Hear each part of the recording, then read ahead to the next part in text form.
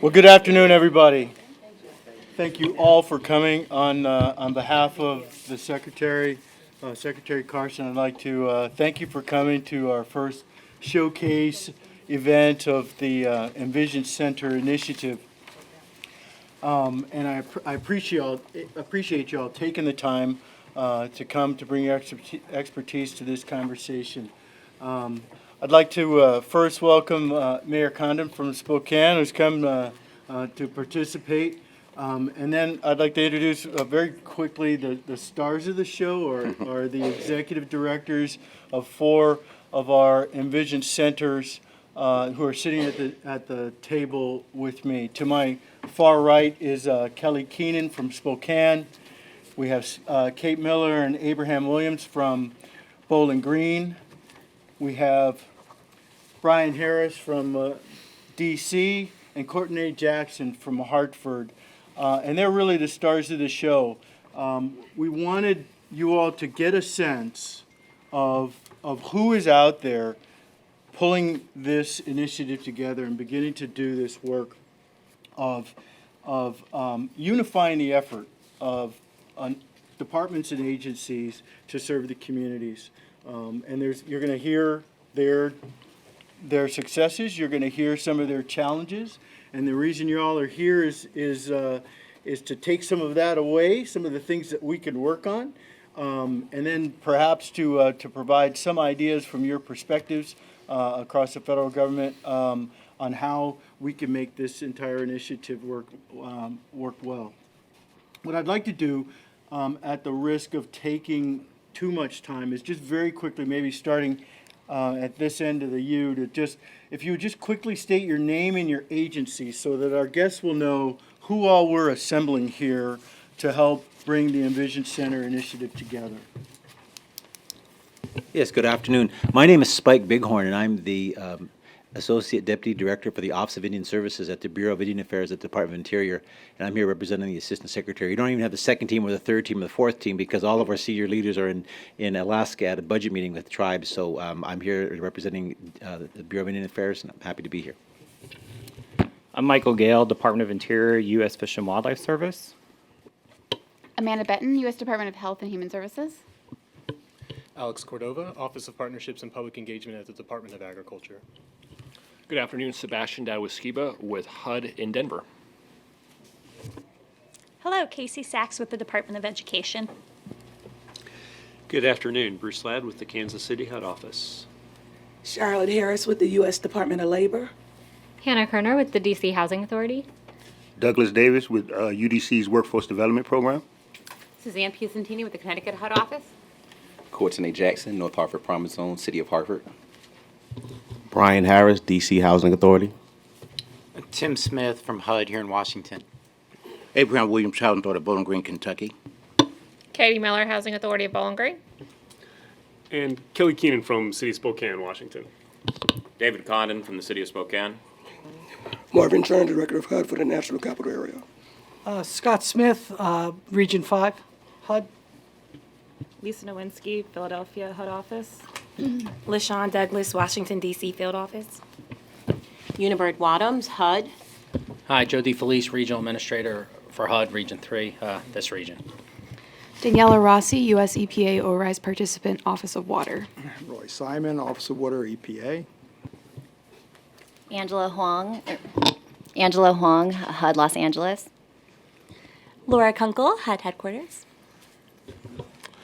Justin Brock, HUD Headquarters as well. Suleika Morales with San Antonio Field Office. Maybe along the wall. Yep. Alicia Pasqualo, U.S. Department of Education. Julie Yu, HUD. Daniela Garcia, HUD. Hi, everyone. Ramel Caldroyd with HUD Headquarters. Hi, I'm Colin Evenson with the HUD Los Angeles office. Mary Ellen Mitchell-Wisnett, Department of the Treasury. Patrick Miller, Treasury Department. Gerald Bennett, HUD Headquarters.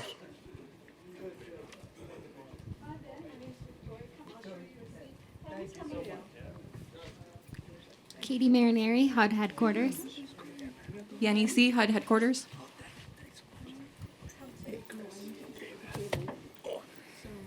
Jason Steele, HUD. Hi, good afternoon. I'm Heidi Stirrup with the Department of Health and Human Services. I work in the Administration for Children and Families. Kim McCullum, HUD, Seattle. Greg Costello, Office of Innovation and Policy Development and Research here at HUD. David Bathon, also at the Administration for Children and Families at HHS.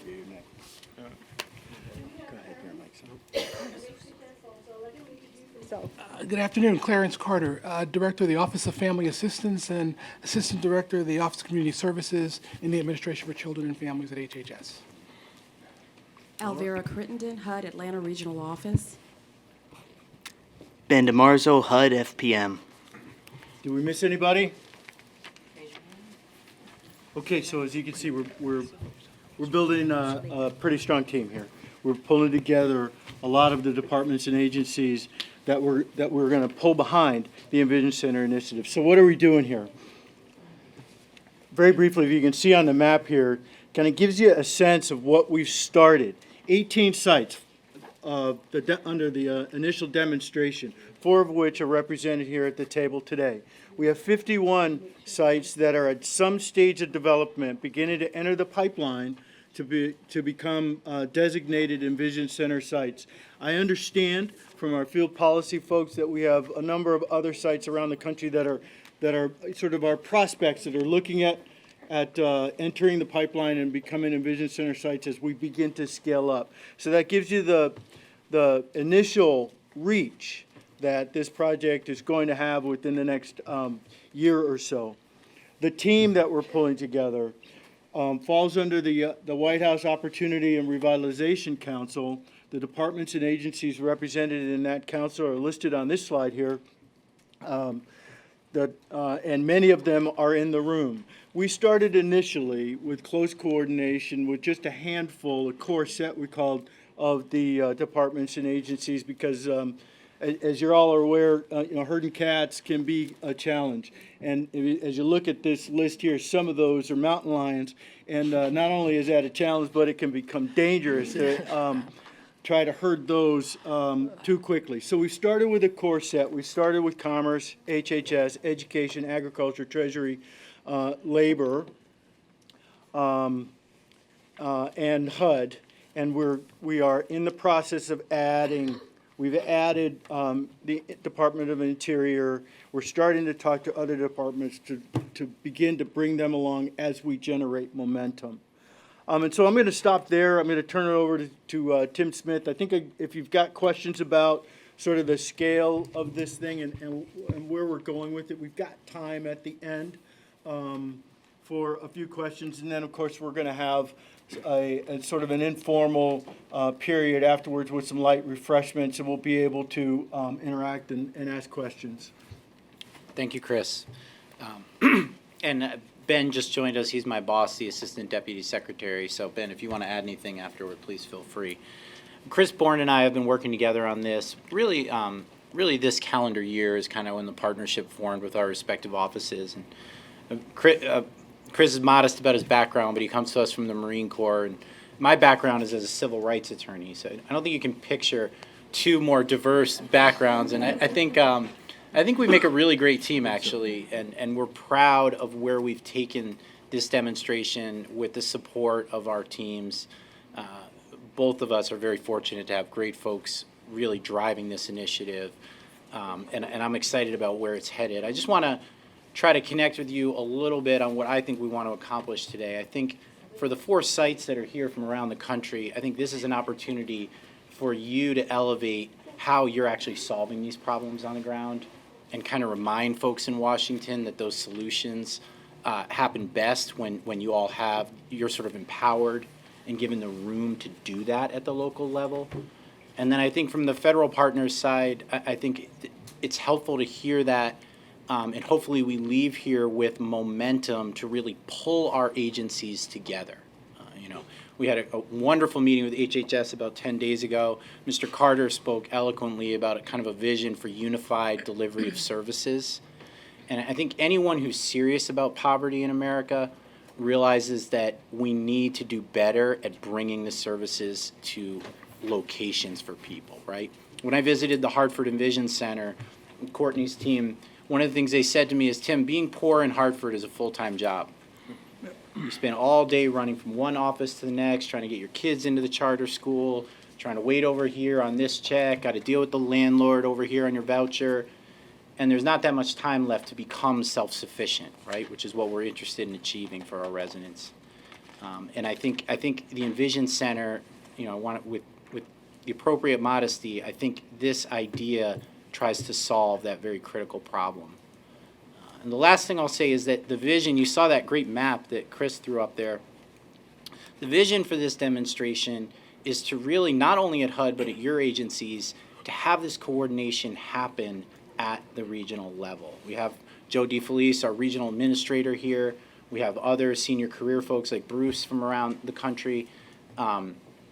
It's only going to work if that happens. And the White House Opportunity Revitalization Council memorandum, your presence here today, your leadership are what are going to open the door and empower folks at the local level to deliver these services in a more unified way. I'm very grateful you're here, and especially grateful to the EnVision centers that have come here today. Thank you. Okay, so I think to kick this thing off, we've got a brief video to give you a sense of what an EnVision Center, the EnVision Center in Bowling Green, looks like. So if we could get that video tubed up, that'd be great.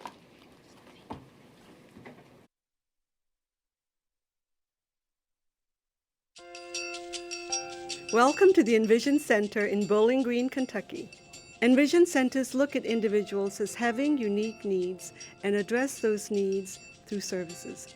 The ultimate goal for people moving public, what was originally started as public housing for people to move up and then out of public housing when they get themselves stabilized. To advance education, we offer help to our residents in reading, writing, and in practical life skills. One of service I joined in the EnVision Center, they trained me. I didn't know about increasing my credit score. I was homeless. I had a child. I had no way to provide for myself or that child. They gave me some skills. They also gave me hope of where I could go from here. To support our residents' health and wellness, our residents learn gardening skills and understand how to build a sustainable food supply. We also have a mobile grocery, and that is where we have turned a school bus into a grocery on wheels. And so it goes to different low-income apartment complexes in the Bowling Green, Warren County area. Education and job skills training provides our residents with the skills they need in order to succeed. EnVision Centers, building lives, strengthening communities.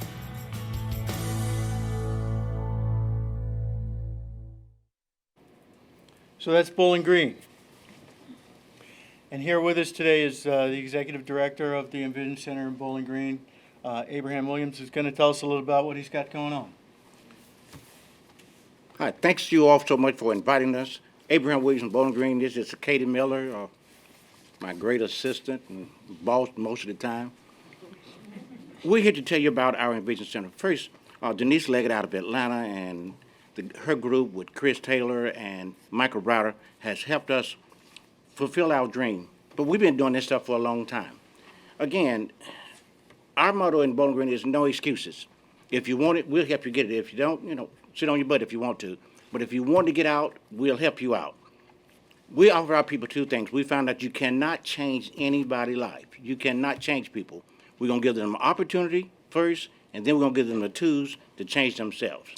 The first is a little bit about us. We're in a city in Bowling Green, about 50 miles from Nashville, a refugee center.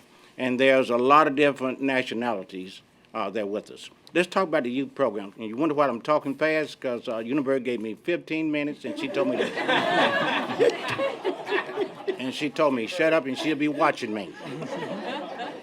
Anyway, we have our learning center. Years ago, in '95, I got there in September. In December, a principal called me. She said, "Oh, you Abraham Williams?" I said, "Yes." She said, "Well, your project kids are holding my school back." I said, "What do you mean, ma'am?" She said, "Your project kids, they're dumb, they can't read, they're bad." What happened, our kids had been transferred to her school, which is in a nice area. And they didn't want public housing kids to come to the area. So I said, "Man, first of all, I'm from Alabama. I start I started to curse her out, but I didn't do it. I went over there, I said, I need to see what you look like. And I went over there and I sat down and I talked to her. I said, what can we do? I said, look, I can start a program. And I said, look, let me invite you to the housing authority. She said, I ain't come to no projects. I said, I'm glad you said that because I'm going to call the newspaper and television and everybody else saying that you won't come where your kids live. She said, I'll be over there in 10 minutes. So she came over and we sit there and we take, you all right? Okay. So we taken a three-bedroom unit occupancy, and we started our first learning center with 13 kids. And then later on, we built a 10,000 square foot center. And at that after-school program, it's more than an after-school program. In Bowling Green, we have a lot of factories, and our people work in a lot of factories. If you're out of work for any little thing, you get a point. Once you get a certain amount of points, you lose your job. So we're the parents. We'll go to the school for them. If you notice, if you can go to a Head Start program, all of our kids are sitting up front and they are so excited. But then get to the first and the second grade, they'll look further back. By the time they get to junior high, they're at the back of the classroom. How can we change that? Let me tell you about kids. Kids would rather be called bad than dumb. So what we try to do is we come in and we're going to give you courage to stand in front of that classroom and do it. And what we do is we hire college students from West Kentucky University, or they come in with our program and they help our kids with their homework assignments. They know the lingo, they know the rap songs, they know coding, they know everything else. But the program is called America Reads. We do not have to pay those kids because the university do it for us with the America Reads program. What do kids do during the summer months? Nothing but stay at home, play on the games, go outdoors every now and then. So we do a summer program from 8 to 5 o'clock. They come to us and everything is educational based. We don't have a gym, we don't have all of that. It is educational based. But a lot of our kids don't get a chance to go to the swimming pool or skating and all those other things that other rich kids or medium-income kids can do. So what we do, we take them to all of those places. But in the meantime, we teach them. We have a master teacher come from Warren County school system that come in, evaluate every kid, let them know where they are, and by the end of the summer, we hope to increase. Some of y'all gonna look at me like I'm half crazy, but we've sent 45 kids to China. Yeah, China across the sea. Yeah, we sent them over there. What happened, a guy from the university came to him and said, Abraham, all of our rich kids get a chance to go over to China, and I'd like to do something with the housing authority. I said, man, how we gonna get to China? He said, I give you the opportunity. I said, if you get the opportunity, I guarantee you we get our kids to China. Since 5 years ago now, we've sent 45 kids. It's $2,500 per kid. We raise the money. It's barbecue sales, it's donut sales, you name it, it's ticket sales. But it has changed those kids' life. Every kid who's been to China with us, all of them are enrolled in college now. Through the Confucius Institute now, we have the different classes. We can teach our kids how to speak Chinese. Hit it, Kate. United Way, how you get the funding? Through United Way, we get about $44,000 to United Way. We have a pilot program, payment in lieu of taxes. So instead of us paying our taxes to Sydney County, I went and begged, said, look, man, if you want to change things, let me have my money back. Well, Abraham, we can't do that. You do what you want to do. You the mayor. And so now we get our payment in lieu of taxes back to us. Also, we have a big fundraisers. We try to find the richest guy in town, or who we think he's the richest guy in town, the most important guy in town, and we roast them. 2 years ago, we had a chance to roast one guy. He's Abraham, my goal is to raise you $100,000 for your after-school program. A lot of people think they know what you're doing, but we bring them to our site. We let them see our kids, and we let them see our tutors. We let them see our parents, because a lot of them pretend they're afraid to come to the project. But what is a project? I hate the word. But anyway, we bring them over, we sit them down, and we talk to them. He said, Abraham, I can do $100,000. I said, may the Lord bless you. I sure hope you can. And he made $100,000. Last year, we did $130,000. Had a meeting last Tuesday. The guy came in and said, Abraham, I'm going to beat both of them suckers. And he dropped down $50,000 as of Monday. The roast will be in September. But don't get me wrong, agencies. This money might go away tomorrow. How many rich people we have in Bowling Green would do something like this? So your different agencies, we still need your help with our after-school program. We're going to pay one way or the other. Either we're going to educate them or we're going to lock them up or pay for police protections.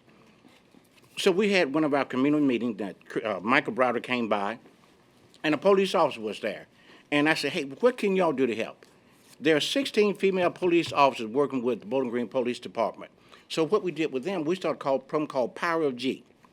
Our kids meet the police because they come to arrest mama, daddy, boyfriend, girlfriend, and the first cousin on their daddy's side, Pookie and Ray Ray. They try to, that's not, you gonna be okay, Chris? I'm gonna hang in there, man. I'm trying to keep it together. Okay, now, hold together now. So the Power G program, they meet with our kids every other week, and we talk to them. And it's not about police stuff. It's taking them on trips. And at the end of the year, we have a banquet, and the Kappa Alpha Psi came in and said, Abraham, what can I do? I said, a lot of these young ladies do not have a positive role model in their family. So we had a great big banquet at the end of the year with the Kappa Alpha Psi, escorting them in with a nice dinner. This is just one of the programs that helped us with the police department. 1995-96, reach higher, get off welfare. What you gonna do? How you gonna get off welfare? You just can't say get up and get off welfare. People coming in with their fists balled up, and I mean, they're really balled up, and they're mad with the world, mad with the boyfriend, mad with the cousin, mad with the social workers, mad with everybody. So what we try to do is take a finger at one at a time. I went to the our State Department with the welfare department and said, look, if you give me $80,000, I could take 20 folks off welfare. She said, Abraham, you can't do it. I said, well, give me the money. She gave me $20,000. I said, now, and we took 27 off at that time. I said, now, if you give me $200,000, ain't no telling what I'll do. So she ended up giving me $200,000. As of today, 800 people have come off welfare at an 82% success rate. But how you do it is you just can't say, get up and get off welfare. We pay a minimum wage. We put them in different for-profit and non-profit organizations. We evaluate them every week. And on Friday, they got to give their 4 hours back to us for life skill training. How to shut your mouth. What clothes to wear. One lady, I brought her to my front desk, and she come in there with earrings here, earrings there, earrings there, earrings in her tongue, and everything else. I said, where you going? This ain't no nightclub. Go home, change clothes, cover them tattoos up. Don't nobody want to see them. We're afraid to tell people that now, but we've got to do it. Right now, this young lady is a sophomore in college. A lot of our ladies, what happened was came to our welfare and work program, a lot of them went to work, but a lot of them went back to school, to our community college as well as our four-year schools. We have a program called Reach People. We have some very, very smart residents, very smart residents. They need an opportunity, and then they need a tool. So they come to work at the housing store with us. They work in our cabinet shop. They work in our offices. They work at our learning center. They work on our grounds. And so what we do is, out of my 44 core staff members, 15 are full-time employees. They're in offices. They're managers. They're assistant managers. They're in our finance department. They're in our cabinet shop. They're in our after-school program. But the good part, out of 15, 13 are homeowners now. They no longer live with us. Our homeownership supportive service, NSP grant, best grant ever happened to us. We've been able to buy, rehab, and sell 130 houses. Well, how you do it? Well, you go to the bank. The bank want this money. They want their CRA money. And Lord have mercy, I kiss up to them. I get all the money I can from them. So the guy came to me. He said, Abraham, how can I help you? I said, I can help you as well as you help me. My thing is, it's more blessed to give it is to receive, but I don't mind receiving either. So what we do with that is, they come to us $1,000 down, 5-year fix on a 30-year notes and no PMI. And just in case that they get in trouble or lose the house revert back to the housing authority, we in turn repair it again and sell it to somebody else. Since we've done that, we've lost 4 houses, and I was able to buy all 4 houses back again. Hit it, Katie. Our community garden. We have a lot of our people come from all over the world. And we started little small community gardens. But when Uniberg was there, they walked out, and the first thing she said, that's a farm.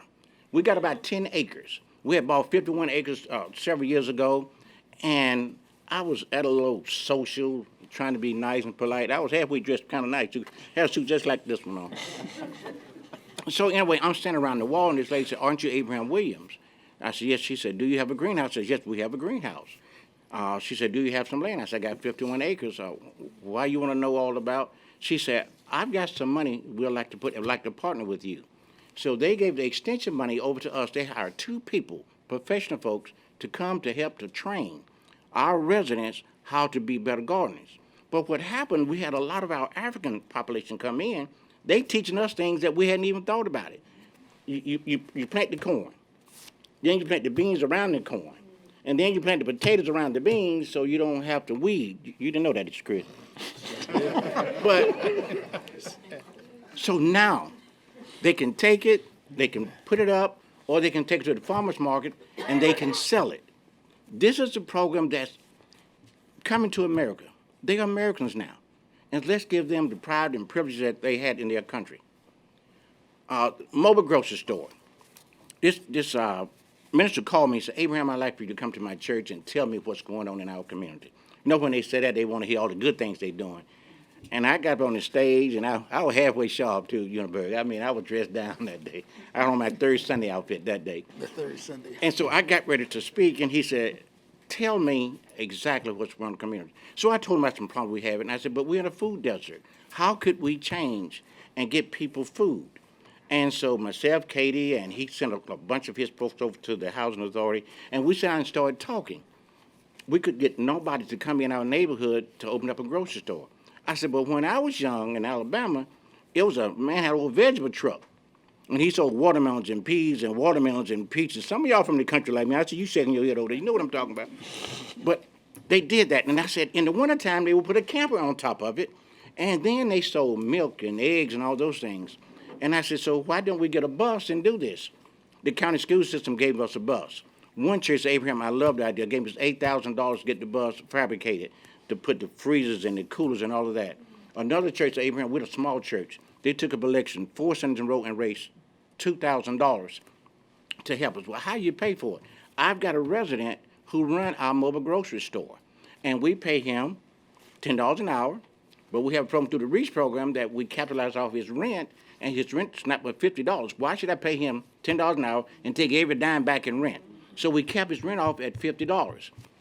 We sent him to get his CDL license, and sooner or later, we're looking at another bus. Hit cake. Some other programs, we have a Head Start Center. We do English as a second language. The library was in our neighborhood, and they said, Abraham, I'm sorry, but we just got to leave. Their rent was $4,500. I said, if I find you a place, they said, no. So they called a community meeting. I got all my kin folks to come to that meeting, and we sat down and we talked. And I said, look, I would give you a place, or I would rent you a place. $700, we went in, my guys went in, we renovated it, and now we have a library. And they're doing twice as much business on our location inside of public housing. We have a Section 202 units. We have a clothing bank. How many of our folks move in with nothing? I mean, talking about absolutely nothing. Come out of Salvation Army or homeless, don't have anything. So we raise, people come over and just give us clothes and give us different things and pots and pans and all this for our clothing bank. And we've been doing this for years. One other problem, but I got 2 minutes and 8 seconds, and I swear I'm gonna be finished. Build a bed program. How many units you go in and kids are sleeping on the floor? It's happening in your neighborhood, you just don't know. So what we found out, 40 kids were sleeping on the floor on our residence. So we went in, I got with the company, I mean some nice, pretty mattresses too. They give us 40 mattresses. The bank come in and gave us $5,000 for the sheets and the pillowcases and all that. The Rotary Club gave us $2,000. On the second Saturday in September, we have about 15 or 20 trucks come up there. The ladies at the bank, the men's from the bank, we come up and we take these beds to these families. Last year I went to the one house, the grandmama had just got custody of 3 kids and didn't have a bed. The lady cried like a baby. But on top of that, the library gave us books for all those kids. So these just some a few of the programs. One more time, Katie. Section 8 rentals. The recreation center was in our area, and we so afraid to go make a nightclub out of it. And I went in and asked the county for it. They said, Abraham, we can't. I'm tired of you begging, but we can't give it to you. I said, but just let me have it. She said, what I do is it's worth $136,000. If you put $136,000 in it, we put $200,000. Now it's a church, and the church give back to our community. We have a garden house that we bought, and we have it. You're talking about pretty. Unibread wanted to get married, and it was so pretty. We have it set up there, and we rent it for class reunions, family reunions, retreats. We do everything in it. I'm gonna skip over a couple. We have a cabinet shop. What happened, we started as a training program with our cabinet shop, and now it's a full-fledged business. We did cabinets in all of our units. We do for all other housing authority within the state of Kentucky and a few in Alabama. We just got finished building 20 units, and our cabinet shop built all of the cabinets for the 20 units. We even have a T-shirt shop. All these churches got vacation Bible school and family reunions and class reunion, and every time boo-boo cousin come in, they want to do a T-shirt for their kinfolks. So what we do is we take some of our residents and we train them in our T-shirt shop. Is that it, Kay? That's it. Oh, You had Lordy. time, too. I made it. Thanks.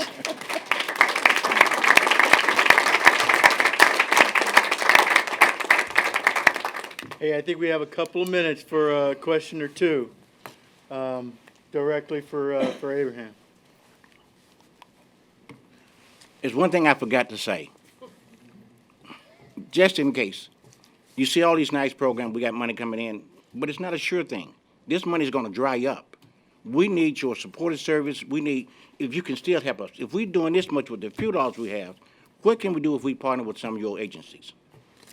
So one of the things I picked up, from your presentation was all the different partnerships. Yes. State, federal, local, private philanthropic, and even partnerships with the individuals, who agreed to be roasted. You're probably pretty good at it. I'm already picking that up. But I think that's something that all of us can really take away, of how locally, you're able to pull these together to augment the federal programs that we're able to provide. So next up we have Brian Harris, Office of Resident Services in the DC Housing Authority. Talk a little bit about DC's EnVision Center. Good afternoon, everyone. And so I'm excited to be here today. We've been doing a lot in the last couple of years, and I think we really made our mark. We have a lot of work to go. We have a lot of work to do, and we're excited about where we're going. And so I actually brought two people that play an intricate part with me from the Housing Authority, and a gentleman from the District of Columbia, who is one of our major partners. And so I'm just going to kind of take us through to begin our PowerPoint. And so if you notice on the bottom subscript, it says all the way up. And that was our mantra as a team last year, not to go halfway up, but to go all the way up, to work with the residents, to work with the local community, to work with national and local partners. And we've done a good job of that thus far. But as I say, we have to go all the way up, and we're nowhere near that yet. So we're looking to continue to move forward. And so I'm going to segue over to Hannah Coroner, who's a special advisor in the Office of Resident Services, and also the key ingredient behind the scenes of our Section 3 program that I'm really, truly excited about where we are today. Thank you. Hi, everybody. Good afternoon. We are honored and humbled to be here with our colleagues from other EnVision centers around the country. We're so excited to learn from you and the programs you have as well. We're actually coming off of a bit of a high. We just had our first STEM activity that Gerald Bennett helped us put together from HUD. It was a truly phenomenal day that ended with our youth launching rockets in the field. So we're excited to begin the programming with our federal partners. Today, our presentation is really going to look at our center, our outcomes from FY18 to give you a sense of kind of what we do and the traffic that we see, and then a deep dive into our UDC partnership.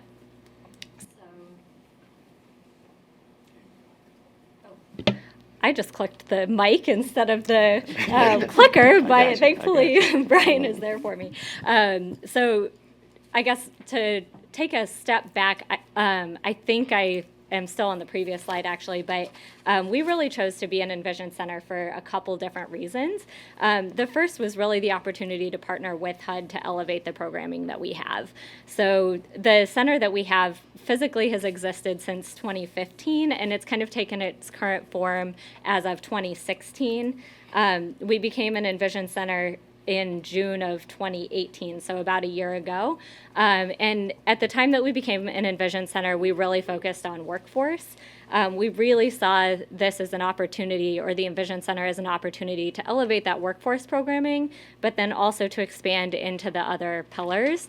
And that is something we think is just hugely important, because in our work since 2016, we all have experienced firsthand how integrated all four of those pillars are, and how to be successful with a workforce program, we have to be successful in all of the other areas as well. So our physical location is in Southwest DC inside one of our public housing sites called Greenleaf.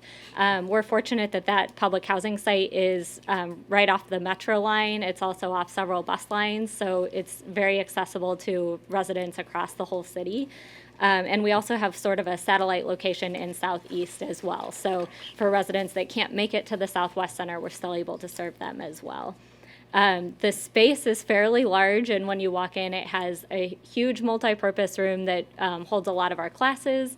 We also have some individual offices for meetings with our job developers and intake specialists. We have a smaller training room, and we also have a computer lab to have a variety of classes, resume workshops, Excel workshops, things like that, to help make sure we're getting people ready for work. And then we do have a kitchen area as well, just to make sure that we're meeting people where they are and helping them prepare for their day with a little bit of breakfast or coffee. So next slide. So in FY18, we actually had 7,000 or over 7,000 people walk into our center. And if you could go to the next slide. We had 84 referrals to other service partners. So as you'll see when Brian speaks in a few minutes, we have an extensive network of referral partners and really rely on those partners to help us with a lot of the on-the-ground work, especially in Pillars Beyond Workforce. And then we have had 114 CASAS exams on site as well, which are exams people take to get into UDC. So you'll hear more about UDC as well. Just a note about the growth in these numbers. Since the prior year, the referrals increased 68% and the CASAS exams increased 93%. So we're seeing much more foot traffic in the center. People are engaged. They're working with our intake specialists. They're working with our UDC partners. We're really excited to see that growth, and we're also expanding our programming so that once they have been through this process, they have a lot more resources available to them. And with that, I'm going to turn it back over to Brian to talk a little more about those programs. Thank you, Hannah. And so I'll get right to the what I call the nitty-gritty. Workforce development, our intake total was 659. 659 actually this last year. And so if you notice the prior year, we were 298. So that's a great number.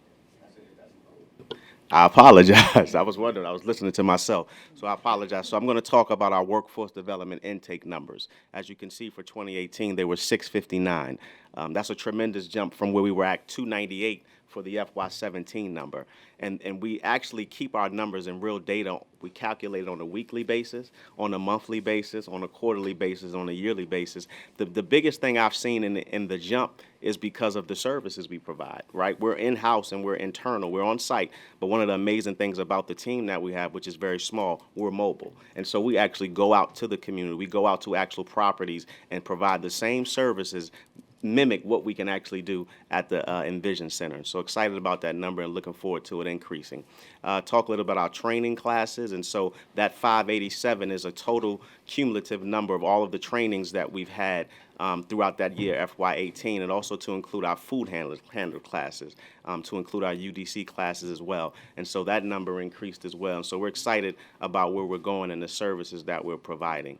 Workforce development outreach, our total was 1755. And so that number is a compilation of us actually going out into the community in the District of Columbia and being on site, just putting our hands in the air, letting them know we're in the building, bringing people back to provide services at the EnVision Center. And so that's a good number for us as well. Workforce development job placement total. This is where things, I smile a little bit more as I speak to this number, because this is where we increased last year and really are proud of where we are from our Section 3 program, which Hannah's directly behind the scenes, and we have 2 great job developers. And our Section 3 partners are actually doing what they say they're going to do.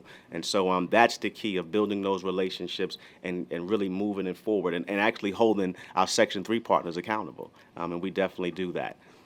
At this time, I'm going to turn it over to Mr. Davis to let him give you a little bit of a dive into some of our UDC as far as the pillar covered the educational component. All right. So again, my name is Douglas Davis, and I am with the University of the District of Columbia's workforce development program. And what we do is we provide training programs for DC residents in 5 different fields, 5 of the hottest industries that's hiring in our area. So we do hospitality and tourism. We have a healthcare track, direct care and administrative healthcare track. We have an IT track. We also have a transportation track, and then we also have a construction track. 95% of our certifications are national certifications. They're recognized by national. They're provided by national bodies. At the Southwest Family Enhancement Center, we're in collaboration with DC Housing Authority to run classes out of the Southwest Family Enhancement Center now, which is the EnVision Center. Some of the tracks, our main staple is hospitality and tourism. And the reason why is because of where we're located. We are located on the M Street corridor in between the Nationals baseball stadium. We also have a soccer stadium to the left of us, and then we have the wharf down the street from us. And everywhere you look, you see cranes in the sky there, right? Businesses opening, hotels, upscale apartment units. So hospitality and tourism is something that we decided will be a staple that we will always have. And we offer 2 different tracks inside of that pathway.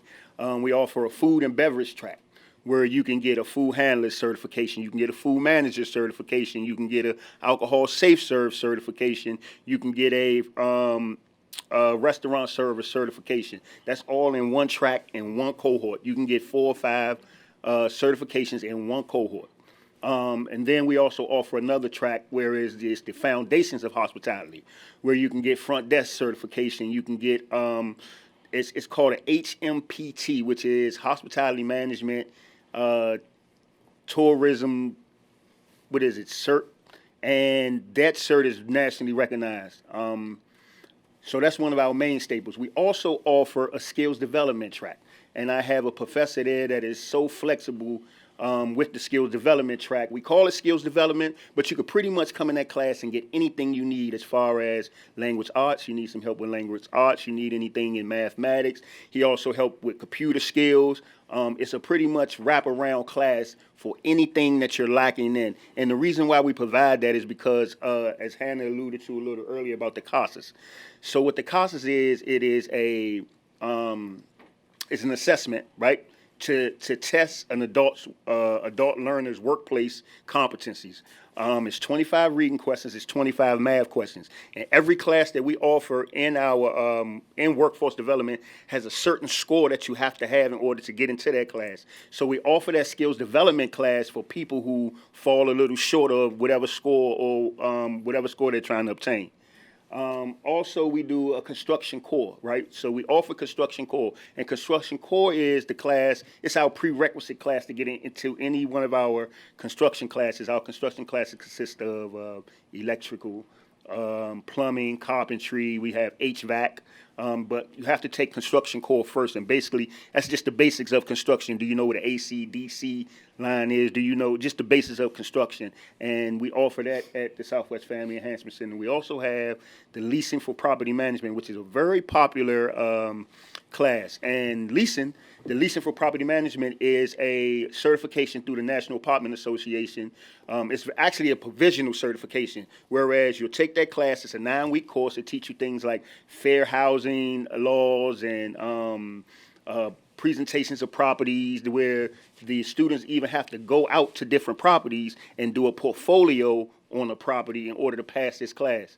And then if you pass the cert, you get a 6 months provisional certification, whereas you'll have to do you would need a certain amount of months in the industry to get the full certification. So we offer most of my professors, once their students are finished, they offer them opportunities to do internships in order to get what they need to get their full license. We also brought a new program which is called Medical Office Admin Professional, and that is another prerequisite course for most of our administrative healthcare courses. So it's pretty much like the doctor's office is pretty much like a hotel. You have the front of the house and the back of the house. MOAP is the front of the house, where that's the person where you come in and give them all your insurance information. That's the person you'll come in and talk to about your appointment dates, setting your appointments, things of that nature. We have a certification in that. But that's a prerequisite program for the rest of our administrative healthcare certifications. We have billing and coding that we offer. We offer medical assistant. We offer electronic health records. We offer an advanced medical billing and coding. But MOAP is a prerequisite course that we offer. And all the prerequisite courses that we offer, Brian and my EnVision is to offer these courses at the Southwest Family Enhancement Center in hopes that they will take these and go to our other sites to further their education. We also offer a pathway into higher education once you sign up with our UDC courses, meaning you can take these UDC workforce development courses, and we have people who we call transition specialists. And the transition specialist's job is to help the student matriculate either further along the pathway with workforce development or into the college, whether it's the community college or the main university. So, yeah, thank you, Mr. Harris. Thank you, Mr. Davis. And so, as you heard from Mr. Davis, he really gave you a deeper dive into our educational component. As you can see, but for us, what that does, that changes the dynamic in the family. I love to talk about that. We're looking at it more so not from a job standpoint, but from a career standpoint for family, for families to move forward and really change that dynamic. All right, so I'm going to kind of keep moving. And so one of the things that we like to do before we plan a year in advance, and so we call it big ticket, big impact events. And so last year we actually had more than 3, but I want to speak to 3 real quick. And so we had our first annual job fair. And so we don't do a large job fair. We do what we call a very intimate small job fair because we reach out to our partners that we know are hiring, right? And so we don't want people to come to just come and get the information and blah, blah, blah. You know how that can be from time to time. So we invite actual job opportunities and particularly career opportunities. And so we served 95 people that particular day that actually came to the event. And it was a great thing to get about 20 of those people hired, right? And so that was an amazing day for us. We also had our second annual Evening of the Stars, and I looked to my right and see Mr. Turner, who actually attended that event. And it was a great event. That's a collaboration between us, the Housing Authority, and the University of District of Columbia, where we collaborate and we really pay homage and we honor those people that actually have taken these courses, right, that are moving forward, allow them to share their stories of where they started at, where the seed was first planted, how it was watered, and became that orchard, right, from being a tree. And so it was a great evening of the stars, and so we will continue to do that. Actually, we just finished having our 3rd annual as of recently. And then also last year we did what we call our first annual Financial Empowerment Day, and that was an amazing day too. We actually got some new partners and actually doing this. Some local banks joined on, and they brought in, did presentations, had some local partners, Department of Small Labor, Local Business Development joined as well. And so those were some of our impact events for 2018. I won't hit all of these numbers or all of these titles, but there are a couple that I really want to push forward. We regularly plan first aid CPR. We do about 6 or 7 of those classes throughout the year. They fill up really quick. People need that actually for a particular job that they may be in, or they're looking forward to just moving forward and gaining their first aid CPR license. You don't see OSHA 30, but we also provide an OSHA 30 training as well. We have a great partnership, one of our national partners, Sherwin-Williams. We offer 3 times a year a painter certification training, and it's a 5-year cert. It's a week-long class, rigorous, and they actually get a chance to do middle of the week. They actually do a project on one of our properties, and so they paint the property, paint a floor. Last year, they painted the 3rd floor at Greenleaf, and I got a message from the property manager that this is the best paint job they've ever had. So we were excited to hear that with freshly new people that just really learned how to paint. As you can see, we provide resume writing. We do a financial literacy class on a regular basis, and so we're hitting some of these high-level opportunities to help people, but we're also looking at some lower level things to move people forward. Digital literacy, that's an ongoing thing for us. One of our Section 3 partners provides an Excel 101 workshop, entrepreneurship series. This year, we're really hitting the ground with that. We've really tagged on to some of our Section 3 partners, and I'm excited to say last year we had our first annual Financial Empowerment Day, and this year we're having our first annual entrepreneurship event in September in honor of Workforce Development Month. So we have some key targets, some things that we're looking at. You see cyber ethics up there, DC expungement. We have a great partnership with the DC jails here as well. Also an organization called CSOSA. So we're heavily involved in the game and just trying to move our community forward as a whole through the EnVision Center. These are some of our new partners from last year, Latino Economic Development. They focus on financial literacy. Of course, we partnered and have an MOU with Department of Human Services. They're actually on site at the EnVision Center 2 days out the week to assist people. We have another partnership with Wider Circle, well known throughout the district, DC United, Job Corps. The list kind of goes on, and I'll just kind of keep moving. This next list of partners, TD Bank joined us for our Financial Empowerment Day. Concord Hospitality and Enterprises has been a great lift tied into our hospitality program, as Mr. Davis mentioned, the District of Columbia Business Industry Development, DC BID, so we're part of that as well. And our motto last year was just the pursuit of empowerment through workforce development initiatives. So we believe we meet people where they are. Everybody that comes to us is different, has a different circumstance, different situation, but we believe that we can change the world, and we just do it literally one person at a time, one program at a time.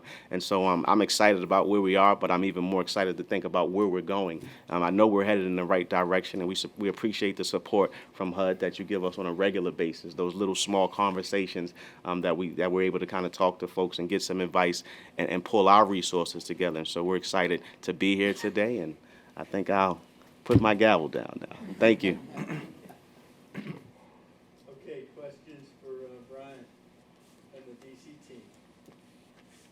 Strong education and economic opportunity sort of focus from your EnVision Center, and I think the folks could pick up on that. I don't know. Jimmy? Yeah, one observation is I love the UDC providing those courses at the EnVision Center. And again, that's that idea, because, and I'm trying to flag this for all the partners in the room, just a list of all the services that are offered in Bowling Green or in Hartford doesn't really get us where we're trying to get. We're actually trying to get those services at one physical location, and I think that's great that UDC is doing that on site like that. That's a really great partnership. Chris? You said you serve about 7,000 people, is that right? Yes, ma'am. And so half of them are kids, so we're really talking about like 3,500 adults. And if I did my math right, when I started looking at your participation rate in classes or in workforce, we're talking about maybe 20% of the population who end up with a positive placement. And I'm guessing you know this way better than I do. Right. So how does that compare? Like, is that great? Is that not? I have nothing to compare it to. How does that look compared to your colleagues? Got it. So that number, that 7,000 number, that number actually looks like anybody that comes into the building, as Hannah mentioned. And so that could be someone actually just coming in to use our computer lab. It's accessible to the community, but we make sure everybody signs in. And so even going through our intake process, if you sign up for a UDC course, you may not necessarily be looking for employment. You may already have a job, let's say a part-time job, but you're taking a course to try to expand your career. Okay. And so once we capture that intake number, we then stay in contact with that person. We have a case manager. We have a person that does intake and case management. And so you basically become a part of the EnVision Center family. And so at that point, we follow you. We provide you with resources, whatever you need at that particular time. And we keep everybody in communication. One thing I've noticed, our brand has changed. And so we send out every month a calendar of events and actual flyers. And our marketing company, our marketing OPAC is our communications department within the agency. They support us, and so we're constantly moving information. And so we stay in contact with our customers. We get internal referrals from our family self-sufficiency program as well as housing choice voucher participants. So that number is a lump sum. Yes, ma'am. You want to add on? Yeah, Mr. Davis? and also. With UDC in the building, me in particular, I'm the representative for UDC. With us in the building, like Mr. Hurd said, when you come into the center, you may not necessarily sign up for a training program in the center as far as UDC. I have the ability to, if we don't offer what you want here at the Southwest Family Enhancement Center, you can still come to the Southwest Family Enhancement Center and sign up for any of the other programs of the other 5 campuses that we have throughout Washington, D.C., and we capture them. We capture those people also that came into the center who met with me, who wanted programs that maybe I didn't offer. For instance, if they wanted phlebotomy, we don't do phlebotomy here. We have a central location at a hospital where we have a campus for students who want to do phlebotomy, and they can come sign up with me, take the CASAS exam at the center with me, do all the necessary paperwork, turn in the necessary documents with me, and I'll register them for their program at United Medical Center where the phlebotomy program is. I mean, that's just one example. Are you guys partners with the local employment services or the American Job Centers? Definitely, we are. We actually sit at the table on a regular basis. We attend those meetings, and so, of course, the Workforce Investment Council, AJC. So the biggest thing, of course, here in the district, DOES, is the machine, and that's what we call them, the machine. But we're that little engine that could. We're that small machine that pretty much provide the same resources, but we try to hit it on a different level, if that makes sense. We know the number of people that are pretty much on our properties. We have that large number of the number of people that we support here in the district, and we're aware of that. And so, like I said, one of the key things that we try to do, that we've become, is mobile. Sometimes we've realized we share people with DOES and bounce back and forth, but that's one of the things that here in the district is now being cleaned up to where we're working on one referral form. And so that will kind of make things run a little bit smoother. But we just try to provide the best customer service to our best quality customer service to our customers. Yes, ma'am. Serve public housing residents or the greater community around as well? We serve the greater community. Yes, we do the same. Yes, ma'am.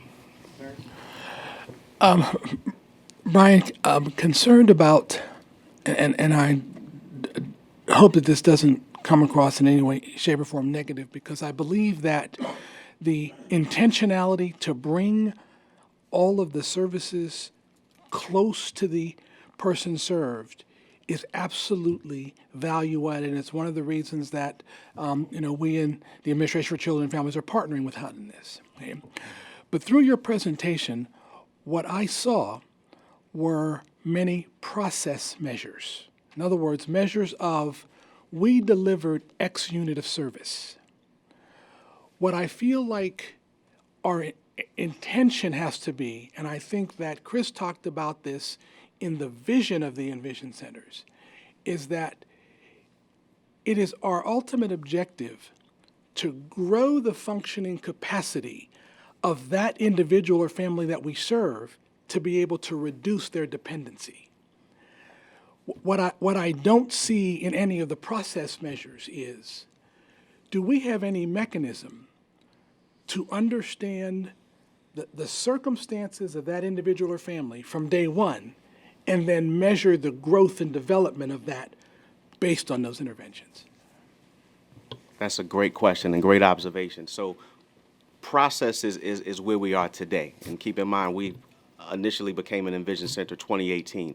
And so we have metric, we do a lot of measuring of data, soft data, real-time data, long-time data. The biggest thing is we have a process to where we're looking at an individual when they first step foot into our building. We do an assessment. We do things of that nature to identify the needs, the wants, the desires. And so we do track them to see kind of where they are as they move forward. I'll give you an example from a workforce standpoint. And so we think it's very important to look at retention, right? A person gains employment. It's very typical within that first 30 days that sometimes there's high potential for turnover. And so our process is, and it's a standard operating procedure, is that we follow a person and we support them from a job development standpoint, from retention for 90 days, right? And so that's 3 months. And so data has shown that that's the tip of the iceberg. And so we actually stay with that person throughout that process. Now, we also have the tag with that. That's the job developer doing the retention. But we also have a case manager, right? And so case management never ends. It never ends. And so we consistently stay with that person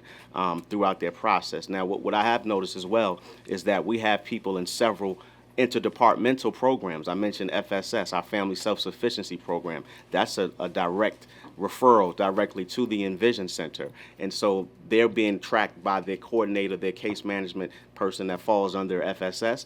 Then they become a part of the EnVision Center. So now you've created a family of people kind of working towards supporting an individual, which ultimately will lead to a family. Hopefully I answered your question. Can I jump in? Sure, as well? Hannah, I'm sorry. So I also definitely understand where your question's coming from, and honestly, it's a dream for us to be able to provide that data.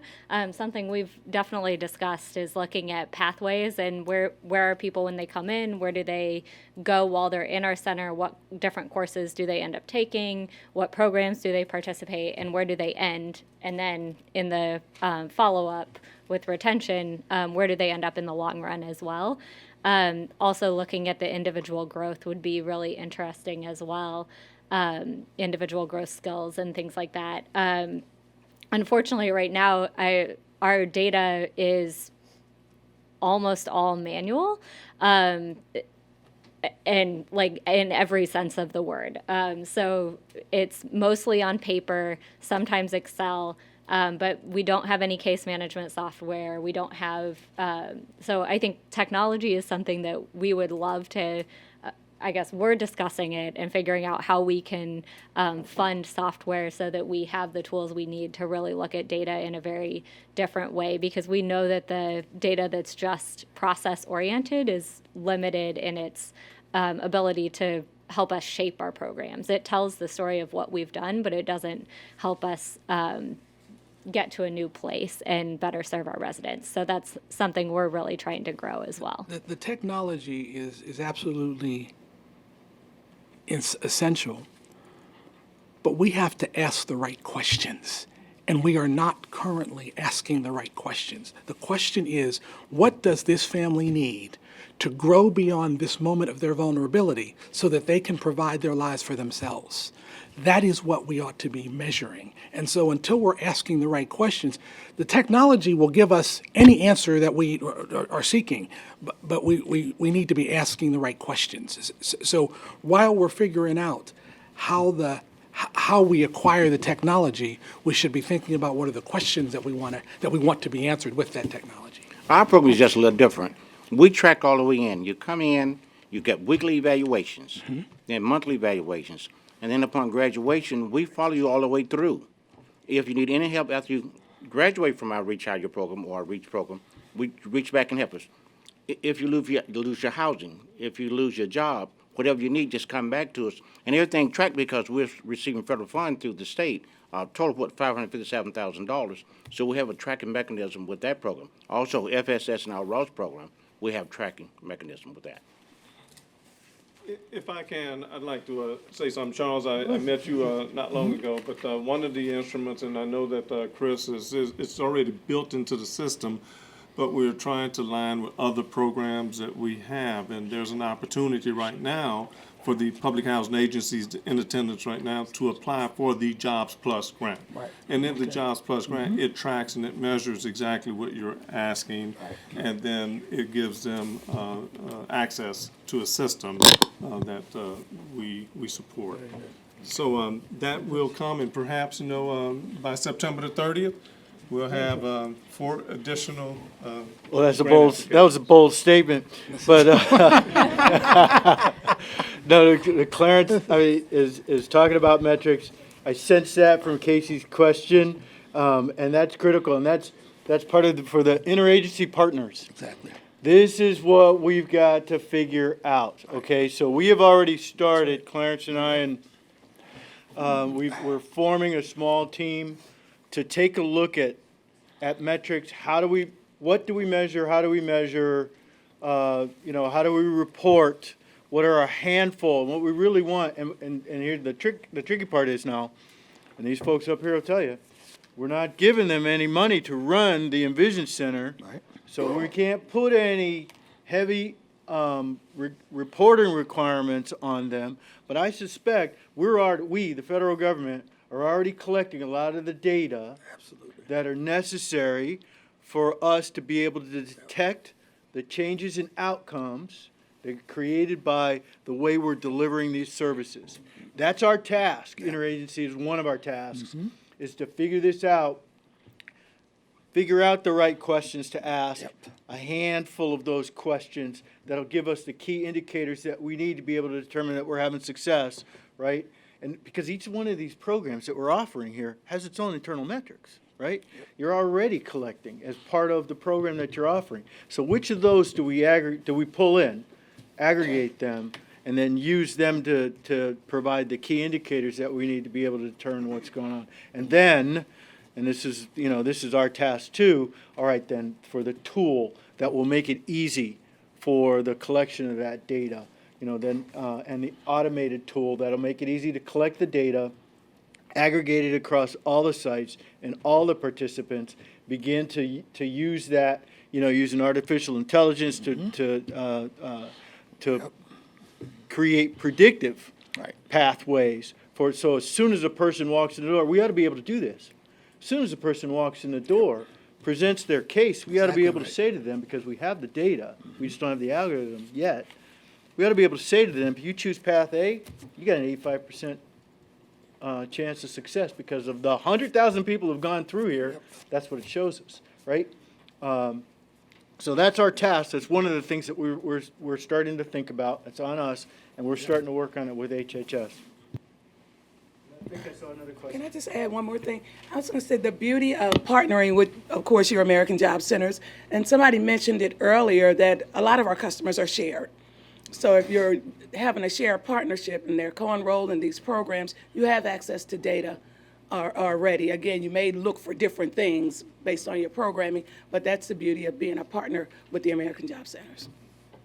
I think there's a deeper critique, whether intentional or unintentional, in your comment, Mr. Carter, which is that the federal government has all of these programs and all of this money we're sending out, and as we sit here today, we can't actually say what success is. Absolutely. Yeah, That's right. That's right. And I think the presentation kind of generated that comment, but it's actually, I think it's actually for us to look in the mirror and define that success in a way that doesn't make it harder for these folks to achieve it. I know you agree with me. I'm just sort of building on what you said. Completely and totally agree with you, Tim. We have, at the federal government level, we have created this mess. Okay, and it is absolutely up to us to show the leadership to be able to move beyond it. Hi, I wanted to mention with the Health Resources and Services Administration, one area we may look at is with our the Health Center program, the National Health Center program. We have a uniform data system that there are about 27 million Americans served at health centers each year. And we do collect data through the uniform data system, so it pulls up from 1,400 grantees, more than 12,000 service delivery sites nationwide, like clinical quality measures. And so that in particular, there are certainly service and process measures that the UDS gathers as well, which are also important indicators in other ways. But that may be a place to look at. And then just a plug, through the Health Center Program statute, we also serve residents of public housing and offer enabling services like transportation to medical appointments. And so I would just encourage EnVision centers, if you're located, I think you're close to Mary Center here in the district, and if there's our health centers in your communities, that would be a great partnership for an EnVision center.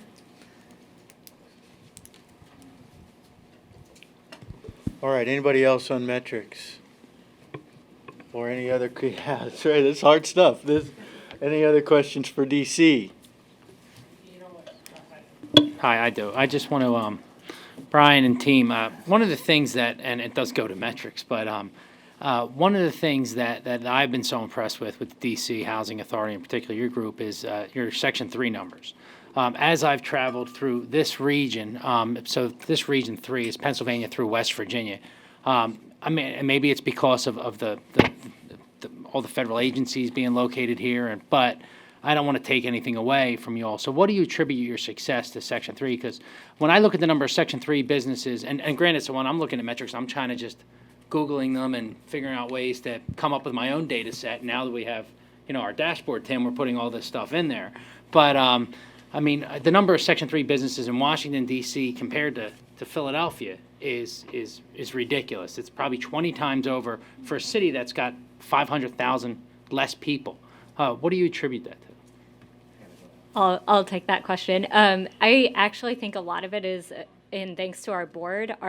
Our board, on every single contract they look at, granted those are only the large ones, but the contracts that go to our board, they want to see the Section 3 plan every single time and want to personally approve it, or as a group approve it.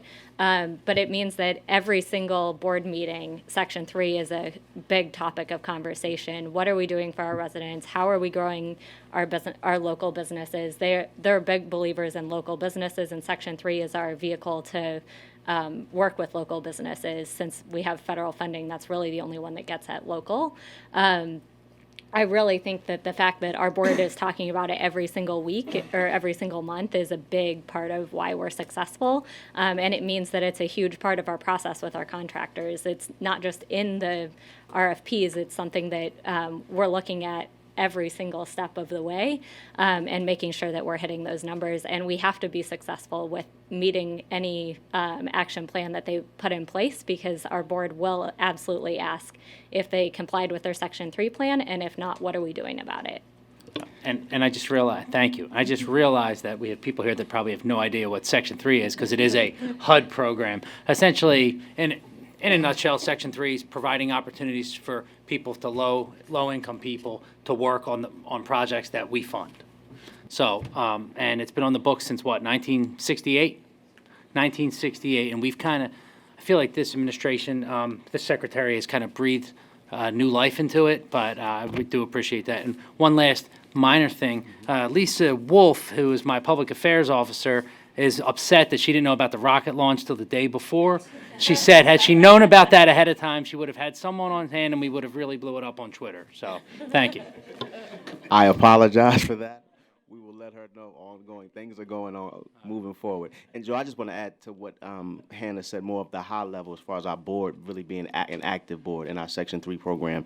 Then when it works its way down to the level of the people. Right, and so that's the part where we're preparing people, where we're offering things to prepare people. We're actually having those one-on-ones, doing assessments, understanding what the need is, what the want is, and then when they let us know what they're hiring for, we already can go capture. We find people. We have a lot of people that are polished that we serve, and they haven't just had the opportunity. So this gives them the opportunity to change the dynamic once again in the family.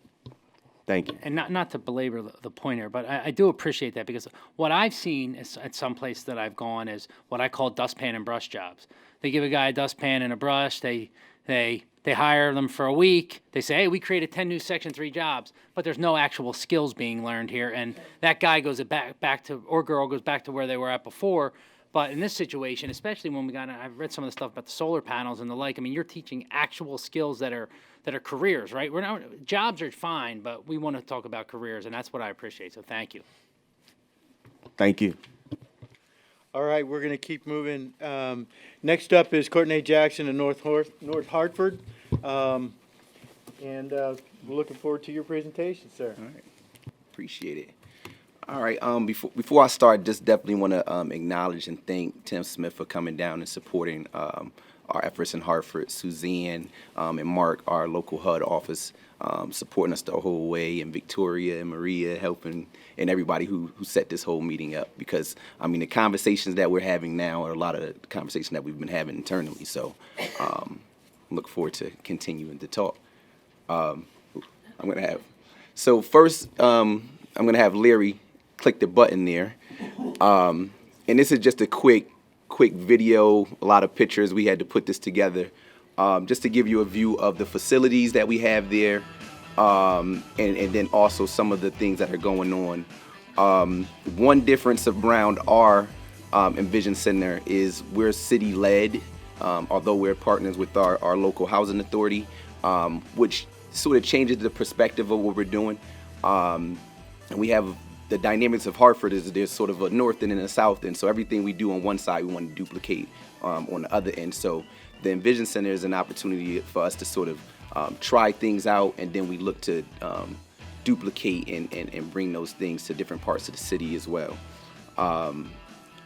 So yeah, that was just a quick little snippet there put together by someone in the community. So I appreciate that. We were on a time crunch. But first and foremost, it's sort of, why, just our thought process on why did we look to become an EnVision Center.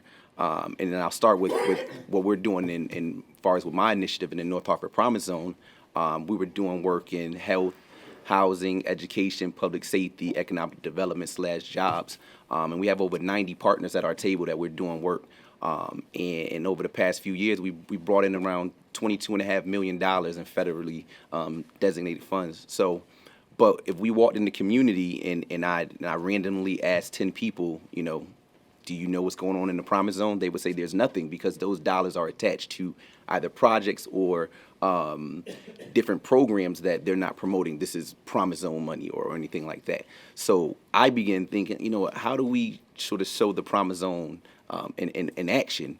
Around the same time, the Department of Children and Families, Youth and Recreation, they were doing an assessment of Parker Memorial. And they brought in a consultant, and it was I mean, months and months long. And they found out that they do a really good job at certain things, but running programs isn't something that they should be doing. And how do we utilize this facility to the best of our ability? And then around the same time, which this storm was just brewing, Suzanne was emailing and talking to me saying, look out for this EnVision Center, look out for this EnVision Center. And then we were just saying, you know what, that makes sense. That makes sense in looking at some of the things that we had. We also have at Parker Memorial Catholic Charities. We had a family resource center there, so anyone in crisis, if you're going in there for GED, several things. There's case management, so they help you out, but their capacity is what their capacity is. And of course, through our work with the Promise Zone, we are still partners with our local housing authority.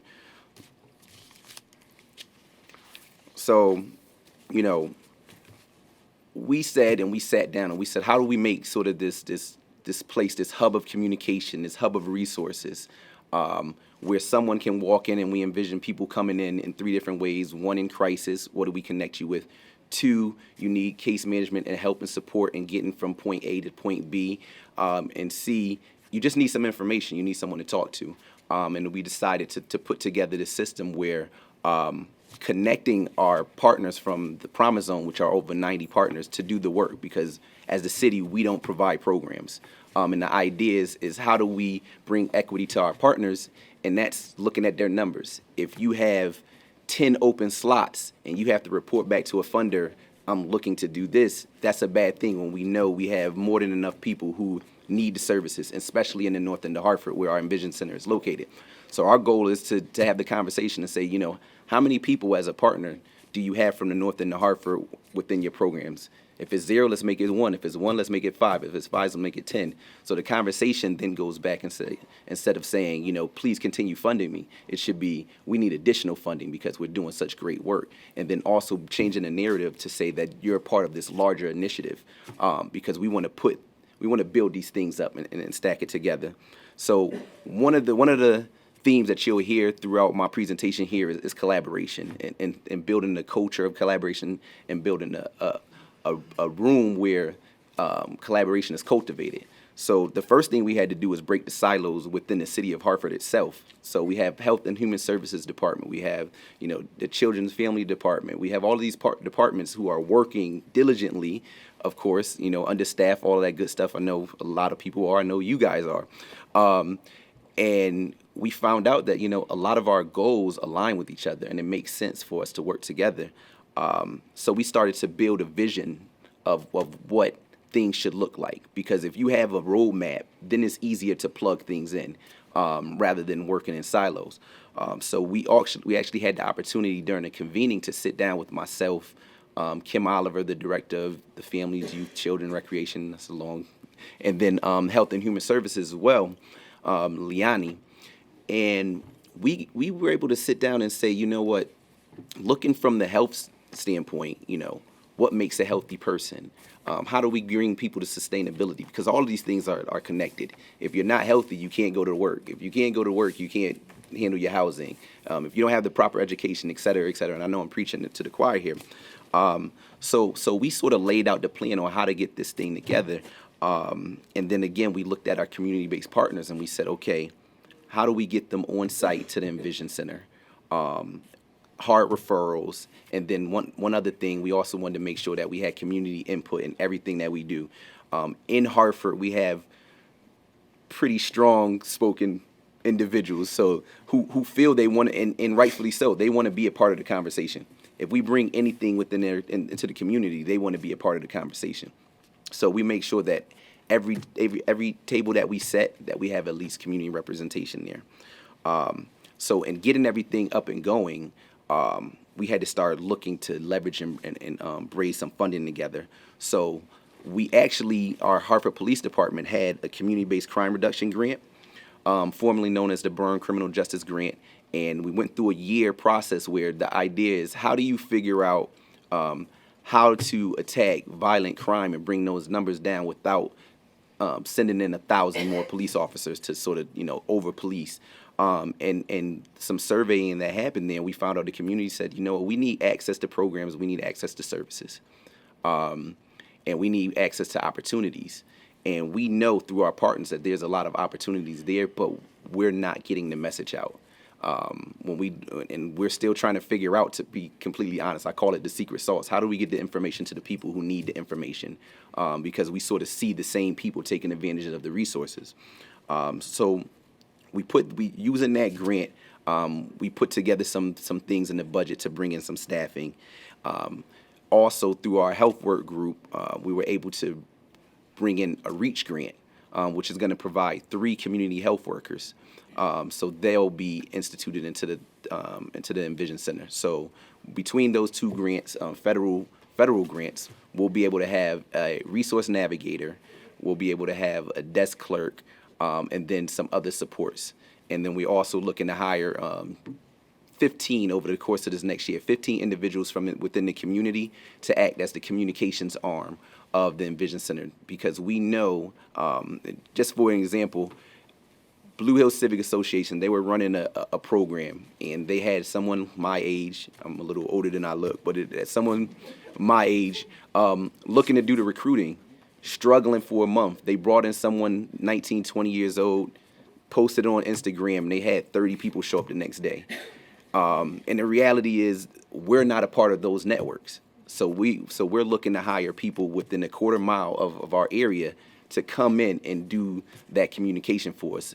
And we'll learn that and build that strategy around that, because again, communication is key, and we want our EnVision Center to be a hub of communication, hub of resources. And one other thing, as far as the community, we know that, and again, when we did the statistics there, the youngest area of the city, the most violent area of the city, we know there's no place for fellowship to sort of hang out other than, clubs and sort of corners. So we're looking at our Parker Memorial Center, where people feel comfortable. And again, as I said, it was one of the more violent parts of the city. But Parker Rec Center, there's no police presence there. We don't need any security guards. There's no issues. People take care of the property. So it's a beautiful sight to see. And we know a big part of that is the rec staff. So we wanted to build on that. And then again, talking about Braden funds, Catholic Charities is there with the Family Resource Center. And then also one of the departments from the city of Hartford actually put in $25,000 for renovations to build a room so that our community residents can sit in and have conversations, private conversations, where they're given private data. Because one of the things, and you guys talked about, how do you figure out how to get a person from point A to point B, there will be assessments, and you'll talk about where you are financially, where you are educational-wise, what are your current pain points, because you have to handle the immediate and then move forward. So those are the things that we sort of put together to make it happen. Now, currently, the way we sort of structured it, as we're bringing these funds in, we expect to have some hires in September, is we've been doing huge events. So we do a housing resource event. Again, one of the things that happened was I was in a town hall meeting with the mayor, and there were residents saying, we feel uncomfortable, we might lose our homes, we can pay taxes, we can't upkeep, things are getting blighted, what are we gonna do? I was in another meeting with a group of people who had, the lead abatement grants, the healthy home grants, and they're saying, we can't get anybody to sign up. I'm like, wait a minute. We put them all in the same room. And it was as simple as that. And that's something that we've been doing on a Saturday for about 2 hours. The way it's set up is really laid back. It's not presentation form, because usually what we found in those large forums, one person will take over all of the time talking about their individual issue, whereas everyone else doesn't get to talk. So we sort of sit them around in sort of a open area where everyone has a table. You can sit down, have individual conversations, get name to face. And since then, we've had about 7 people go through, and we're looking to see their homes be renovated coming up this between now and the end of the summer. So we're excited about that. So looking at our current status, one of the things I listed here is our staffing structure, because really we're worried about the infrastructure of how we're going to do this. We know we have the partners who can do the work. They've done it, and they've been doing a great job. But we know, based off with our community partners, the reality is the same people who are, in some cases, writing the grants, they're also going out recruiting, they're also doing the training, they're also doing the placements. So they don't have the time to sort of sit down and figure out what's the best partnership or how to do things. So we try to provide that through our services, and really just lay down a roadmap so that organizations know, where do I fit? So if we're talking about housing, if we're talking about health, if we're talking about public safety, if we're talking about education, where do I fit? And you can see where we plug in, whether it's early childhood, intermediate, high school, or even after high school. So right now, and these things that we have listed for our staffing, those are things that we've already locked in funds for. 3 full-time community health workers, they're going to be starting in September. A full-time resource navigator. We have a part-time community engagement specialist from the 311 already. The clerk will be in September. And then the community organizers, and those are the community residents that I talked about earlier, they're in the process of being hired right now. So moving into just speaking about sustainability, we know in order to be sustainable, we have to promote the things that we're doing. We have to have the numbers. So those are the conversations we're having, but we have to be, conscious and aware that any work we add to our partners without funding, it's just a strain, and it's tough. And because we know that, again, our community-based organizations, and I used to work with one of them. I used to be in the Urban League, so I know firsthand that, it's hard to get the money for the lights. You get the programming dollars, but it's hard to get money for some of those other things. So again, when we ask them to do extra things outside of what they do, it's a strain. So we have the community-based crime reduction grant, which is going to end October next year. That's the major source of funding for our resource navigator. Our REACH grant, we have another 2 years for that, and that's going to be the community health workers. And again, those are the foundations to the infrastructure on connecting our individuals to other programs and services. So one of my goals in sitting here is just to figure out, again, how can we collaborate with our federal partners, as well as with the city, and then also with the community, because it all takes collaborations in order to make this happen, because it's a system where you have people coming in, you're doing hard referrals, and if enough people say, you know what, we need this service, we'll make sure that service is held right there on the premises. And again, making this a community hub. The community meetings are held there at the EnVision Center, youth programs, etc. And we're really excited that we're starting to pick up momentum of it. And having this designation also helped in bringing our partners to the table, because they were excited about hearing the designation and us receiving. So that's all I have. But if we have any questions, I'm definitely open and wanting to talk about it.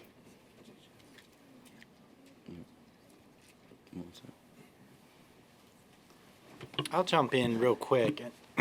My wife and I worked in the north end of Hartford for a number of years, so unlike some of the other communities, I'm very familiar with the community that Courtney serves. And I'll just take 1 minute to tell this story. One of my clients in the north end of Hartford, Crystal Carter, she had 6 kids, single mom. All of them slept on the floor. I've been to her house, not even 400 yards from the EnVision Center. And one of the things I learned about Crystal from working with her over a number of months is she was very diligent about moving her family forward. And she had a stack of notebooks this high of attempts to access resources from the government for her family. So I'm just taking the time to tell this story because sometimes it feels like in Washington, well, we're already doing that. We're already doing this. When we talk to people about EnVision centers, we're already doing that. It's not necessarily working on the ground. It's not necessarily working on the ground. And I wish she had been able to go to this EnVision center. I truly do. I truly mean that. I wish she would have been able to. Definitely. I just have a question about EnVision centers in general. And I know funding's a big deal. I know there are sites, there are projections and proposals. And from what I hear, there's no funds attached to an EnVision center when one is identified in a local area. So is it up to HUD at the local area to partner, to get money, to staff, to do all these things? That's just information for me. Good. So the Secretary challenged us to start this initiative with the focus of pulling together the resources that are at the federal government level and making them available through single sites. And concurrently, pulling together local private resources, and I should say, let me back up, to pull together government resources in general, of course because of his position, starting with federal government, but state and local as well. And our federal grants fund some of those, and then there are local, but they're essentially analogs of each other, right? Just at different levels. And then to try to pull the community together to see what can be done without injecting a specific stream to fund an EnVision Center. What can be done? And we have examples here of what can be done without that specific stream. And we're starting to see some of the pluses and minuses of that approach. But when we say there's no funding, well, hang on a second. So last summer, I had some interns go on the websites of all the departments and agencies that were on that list and some others, and just pull down all the programs that they thought would fit under the 4 pillars of, economic opportunity, educational advancement, health and wellness, character and leadership. How many do you think there were? 189, 190 programs, all funded. Okay? And we haven't done this yet, but that's the next project. The next group of interns don't know this, but they're going to go into the budgets. And they're going to add that up. Who wants to guess what that number is? That is not a small number. Okay, it's billions of dollars, tens of billions, easily. Courtney was talking about some of the things that you've managed to pull together with local funding, and some of the positions that you're managing to pull together, and you're using one federal funding stream to provide the Resource the navigator. resource navigator, right? The resource navigator. How many of our programs fund a person like a navigator, coordinator, case manager, whatever other term might apply? How many of our programs fund that? How many of that skill set are we providing across the country right now funded?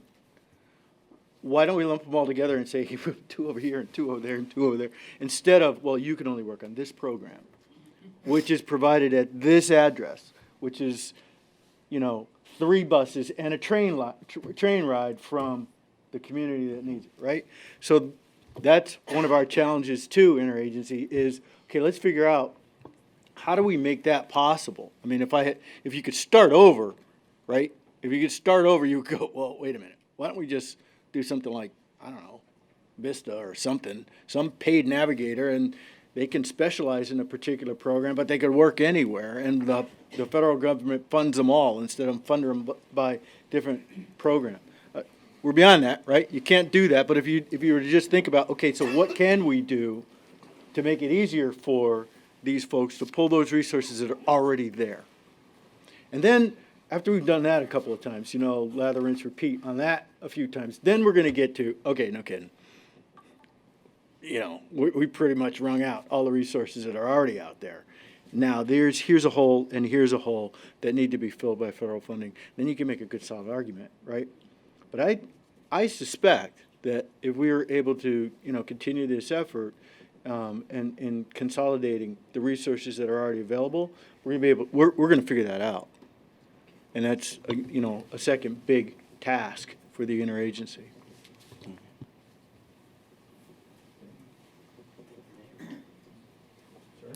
No, I'm ready when you're ready. So last to present is Chris or Kelly Keenan, and from the city of Spokane. We've met. How long ago was that? 6 or 8 months ago. Yeah, maybe. Yeah. 3, 4 months Yeah, ago. no, maybe not quite that long ago. Okay, time flies when you're having fun. And so he's going to give us a pitch about the EnVision Center in Spokane, which is a unique. It's a real collaboration across all of the services and sort of the levels of government that are available in Spokane, and under the leadership of the mayor has really pulled together sort of the concept. And so I'm gonna toss it to you, sir, and Kelly, and give us a few remarks. Well, thanks for having us. I just want to start first, as you can see, from where we started in the city of Spokane. And it actually started, and we all live in a political world, right? So I have 7 city council members, or 6 city council members, 1 city council president, and myself, 8 different elected officials. We're a strong mayor form of government. That's my beautiful city along the Spokane River. Where the Native Americans in our home tribe, the Spokane tribe, have come from time immemorial. We have about 300, just since I see the BIA here, 300 tribes members from 300 different tribes, 5 major tribes. But I say this because it is who we are. We've been a gathering place for years, forever. And as we came together, we thought we need a resource center for our community. So it started as the Spokane Resource Center, and it is a EnVision Center. Very similar, you just brought it up. It is actually in the same location as the Spokane Worksource Center, which is a American Job Center. And so we actually mimicked the whole idea, and I want to come back to it after Kelly's done on some of the ideas at the policy level. But we launched our strategic plan. It was, interestingly enough, to make us safer, smarter, and healthier is our top 3 goals. Isn't that very similar to economic, educational advancement, health and wellness, and character and leadership? And so it quite nicely merged with exactly what our strategic plan was for a city in those almost identical pillars. It is about building our community. We attempted to be a promise zone. We didn't get the designation in Spokane. Our Spokane tribe did, that's right near us, but as a city, but we kept the zone project. Why? Because it was in very similar pillars. But the real reality and the vision of the secretary of having a single one-stop shop is so critical, because there is all these different programs. So the city took our strategic plan. Every strategic plan is asking you to do stuff that you aren't doing today. So in good government fashion, everybody says, can't do it, Mayor, because you didn't give me any money. So we allocated $52 million to our strategic plan and put it into different buckets and and gave it to the city council in their committees, which they realigned all their committees to our strategic plan and out of the stovepipe. So today, Kelly sits alongside the police chief and the fire chief. Why? The fastest growing increase in call volume to police and fire is because of social services. Fire, 87% is medical, 85% is medical. Of 85%, 67% of them are non-emergency.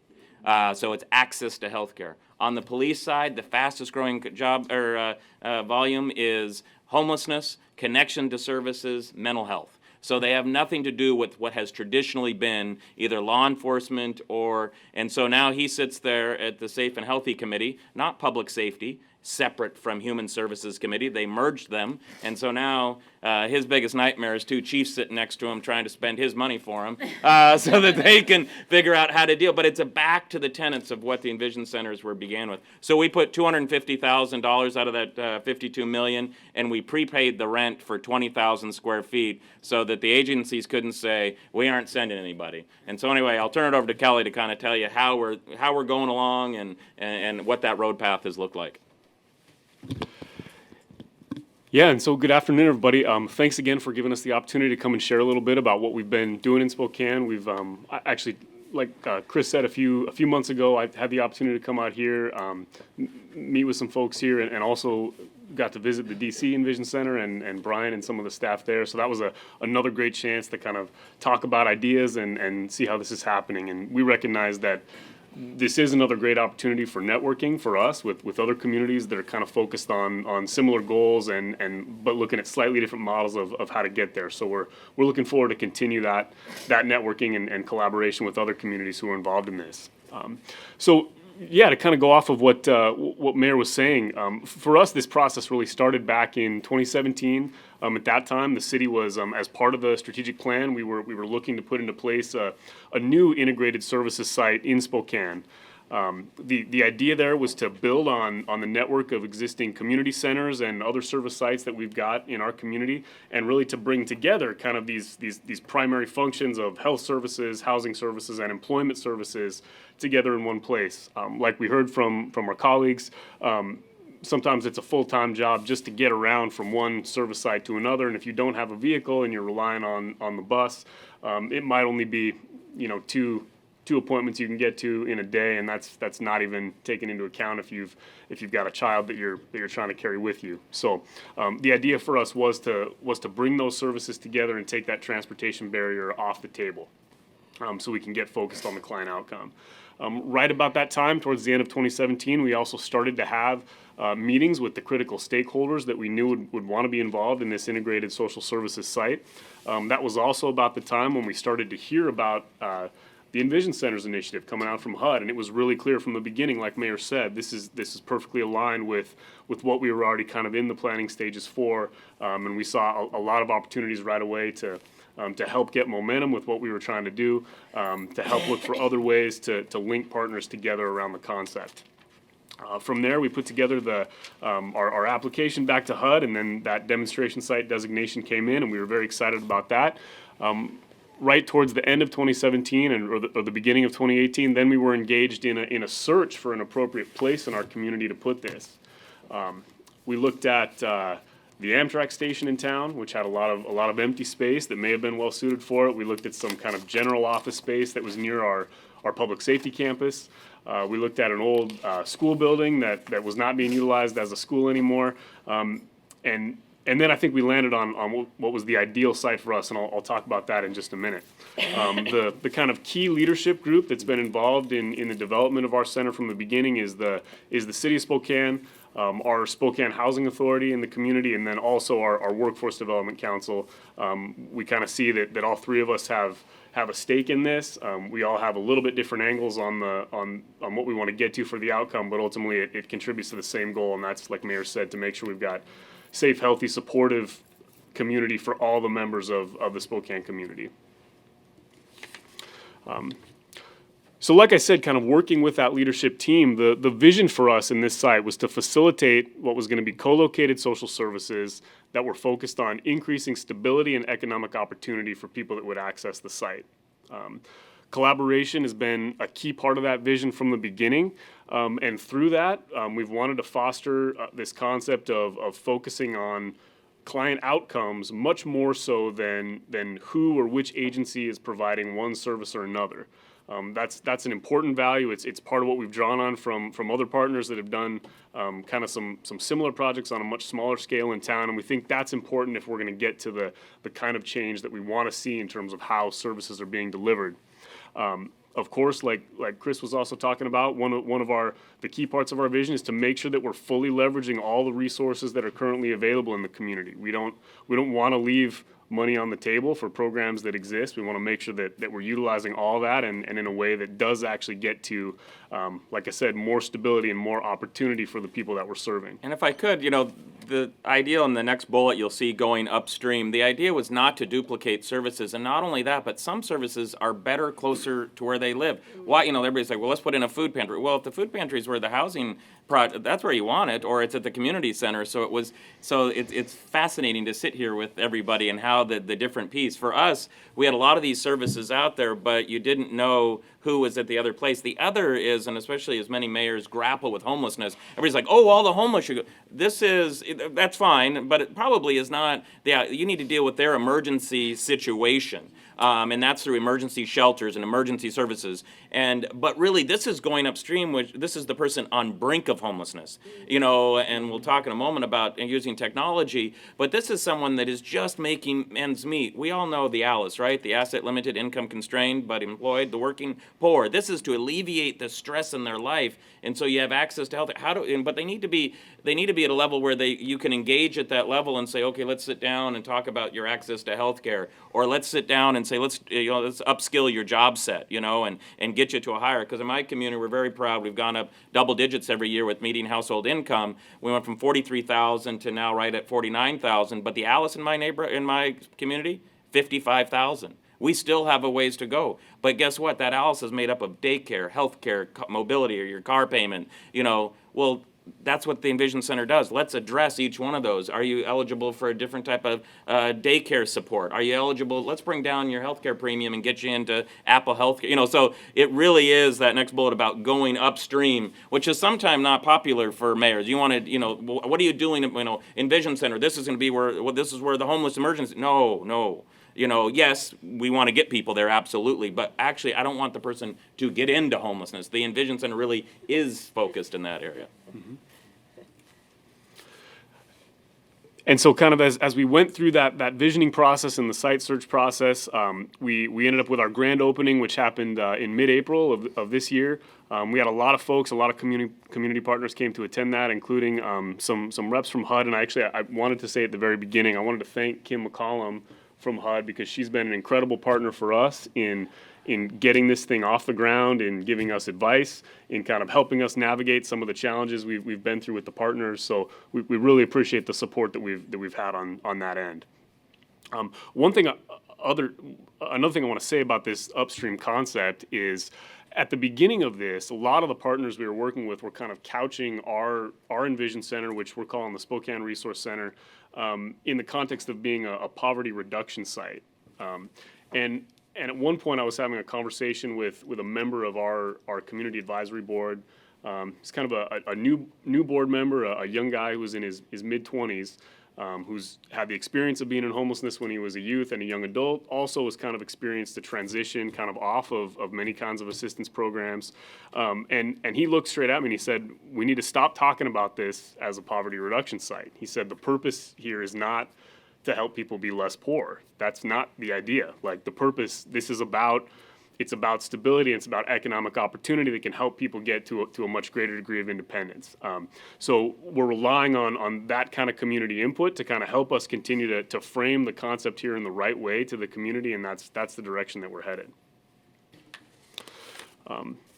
So again, to talk a little bit about the model for our EnVision Center. So we've got many providers that have signed on to this project. We have them kind of organizing together into what we call neighborhoods. And so each of those neighborhoods are kind of focused on a specific sector of service. And like I said at the beginning, we want to focus much more on the outcome for the customer that comes in the door, more so than, who do you need, which agency do you need to go to get one service or another? If someone comes in the door and they say, well, I'm here because I need some housing assistance, or I'm here because, I need help kind of resolving a justice issue, the idea is we send them to the appropriate neighborhood, and we've got staff there who can work through them with what that specific issue is and connect them with what they need to be connected to. So as you can see in the list there, the neighborhoods that we have set up at our EnVision Center are about housing. That's where people can get housing assessments. They can get connected to energy assistance, to different types of tenant education, dispute resolution if that's necessary between a tenant and a landlord, and more. We've got a neighborhood that's focused on pre-employment services. That's where people can get connected to different kinds of job readiness training, social skill development training, etc. We've got a health and wellness neighborhood. That's where people can do medical appointment scheduling. They can get help with insurance applications.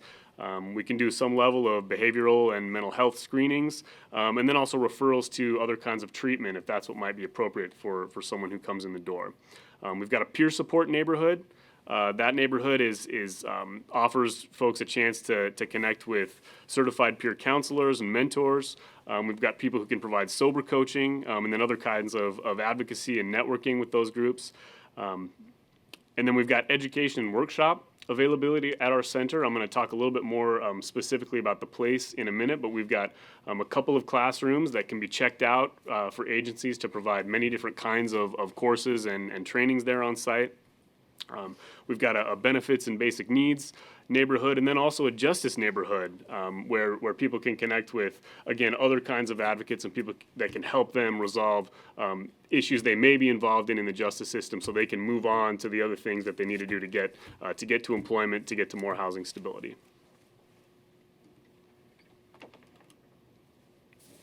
All right, so a little bit about the place. Like I said before, we went through a pretty intensive site search process in Spokane, and where we landed, I think, was the perfect place for us to be. So Spokane's EnVision Center is co-located in a building with WorkSource Spokane. So like Mayor said, that's our American Job Center in our region. It's the hub. It's the hub one-stop location for general employment. For people to gain employment and also kind of improve their employment position. That's where people go. That WorkSource Spokane location has already spent the last decade kind of going through the growing pains of what it means to operate a co-located site. And so a big part of us, choosing to move into the building with them is to draw on everything that they learned over the last 10 years. They've got a lot of processes in place that we're able to just piggyback right on top of. They do staff development time every single morning, 5 days a week, and they've allowed our staff that are part of the EnVision Center to join right up with that immediately. So there's very natural alignment between our WorkSource Center and then the EnVision Center. So the WorkSource Center is on the first floor of that building, and then we have 20,000 square feet on the second floor of the building, which is where our EnVision Center services are located. It's a central location. It's just outside of the downtown Spokane core. We've got pretty strong public transit service there with multiple lines that serve the site, including a line that goes directly to the central transit hub that's in our downtown. And also that's the same line that goes right to the public safety campus. And that was important to us that we could make sure we had a very direct connection for people to make that link. And then, like I said before, most importantly, from the very beginning, as we've set this up, we've wanted there to be a very direct connection between the EnVision Center and the American Job Center that's on the first floor. So if people walk into the WorkSource Center, or American Job Center, and if the people who are working with them say, you're not quite ready for what we can do for you today, now instead of saying you need to go across town and visit this agency or this agency, they can say go upstairs, take the elevator, go upstairs, second floor. That's where you need to go to get connected with first, then come back down, and we're going to help you out. So we're excited about that degree of interaction we've got between those two entities as really an opportunity to leverage as much as we can for folks. And then a couple other things I want to say about the location. We're also very close to Spokane's university district. That's where we've got multiple public and private universities that have kind of a co-located campus. That's also close to downtown, and we'll talk about how we're going to leverage some of those resources as well.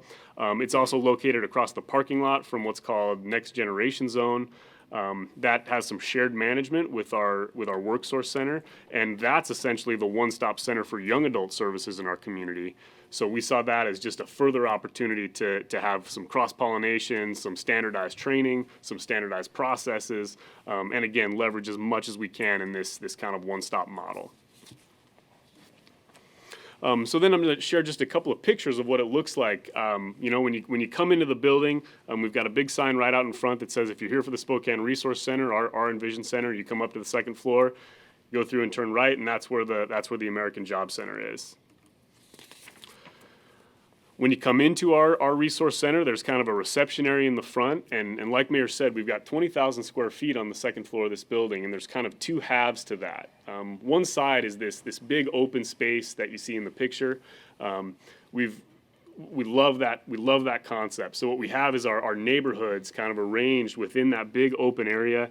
It really lends itself for the different providers that operate in those neighborhoods to be able to make eye contact. If a client comes in and I'm working with them, I can see and say, I need you to, after we're done, we're going to walk over and I'm going to hand you off to David, and David's going to work with you on the next piece you want to do today. So we're loving that concept so far. This open area also has private rooms that people can check out if you need to have kind of a more discreet conversation with a client, depending on the kind of thing that you're there for. We also have the potential to, hopefully in the future, actually offer some level of medical care on site, and it's got rooms that are very well suited to that. And that's just kind of another view of what this large open space looks like up on the first floor. We love the idea that it's bright, it's a clean space. Again, like Mayor said, the whole point of this is we want it to be a place where you can come and kind of see a vision for yourself about where you want to go with what you can access while you're there. So we've got the big open space on one side of the center, and then on the other side of the center, we've got a hallway and then other classroom spaces and other areas where we're kind of going to be providing some more specialized services going forward, and I'll talk about those in just a minute. It's just one other shot of give you an example. You can see those green signs up above. That's how we're kind of designating where the neighborhood spaces are within this kind of shared workspace. One of the key ones, you see it there, I'll just talk, is those that are exiting the criminal justice system. We have a whole separate initiative going on of obviously reducing recidivism. Well, unfortunately, people leave the criminal justice system and it's just, bleh, and what do? Especially if they, unfortunately, have been incarcerated for a longer period of time. And so, literally, a phenomenal partnership with one of our I Did the Time collaborators of coming here, and then all the services are right there for the person. And Kelly just talked about it. We wanted to make sure, especially as, I've talked to people literally, hey, Mayor, I'm getting out of jail today. I'm headed to the EnVision Center, and different classes we're running with them, and it literally is in their vocabulary now of knowing what that is. And so that's where we talk about the transportation network and access, because we don't want to lose you if you're being discharged or if you're finishing with your court and you've got some things you need to handle. That's the moment when we want to make sure we make contact with you and get you here as soon as possible, because let's get working on those things right now so we don't lose any momentum at all. So next, as with anything we do, we know that what really makes it work is ultimately the partnerships, and that's absolutely what our EnVision Center is about. We've got just about 20 agencies in town that are very directly involved in our EnVision Center project, either through providing direct services on site. That's about 15 agencies that are involved directly on site, and then several others that have kind of agreed to have ancillary services that are connected to the site in some way. So we're excited about that network. It's continuing to grow as the profile of the center has started to grow and people have heard about the concept. So our kind of on-site manager is kind of constantly taking calls each day. She hears from somebody that's interested in it. How do we get involved in this? So we're excited about that momentum. And I'll say, like Mayor said, one of the key offerings in the way we set this up is the idea is we're going to provide space rent-free and your internet connection, and that's one of the prime offerings to our nonprofit partners is we know this is a stretch, and we know we're asking you to kind of think about providing service and doing it in a different way. We believe it's a real chance to try some new things and get to some better, more comprehensive client outcomes, and so we're gonna facilitate the space to make those things happen. Wanted to make one note.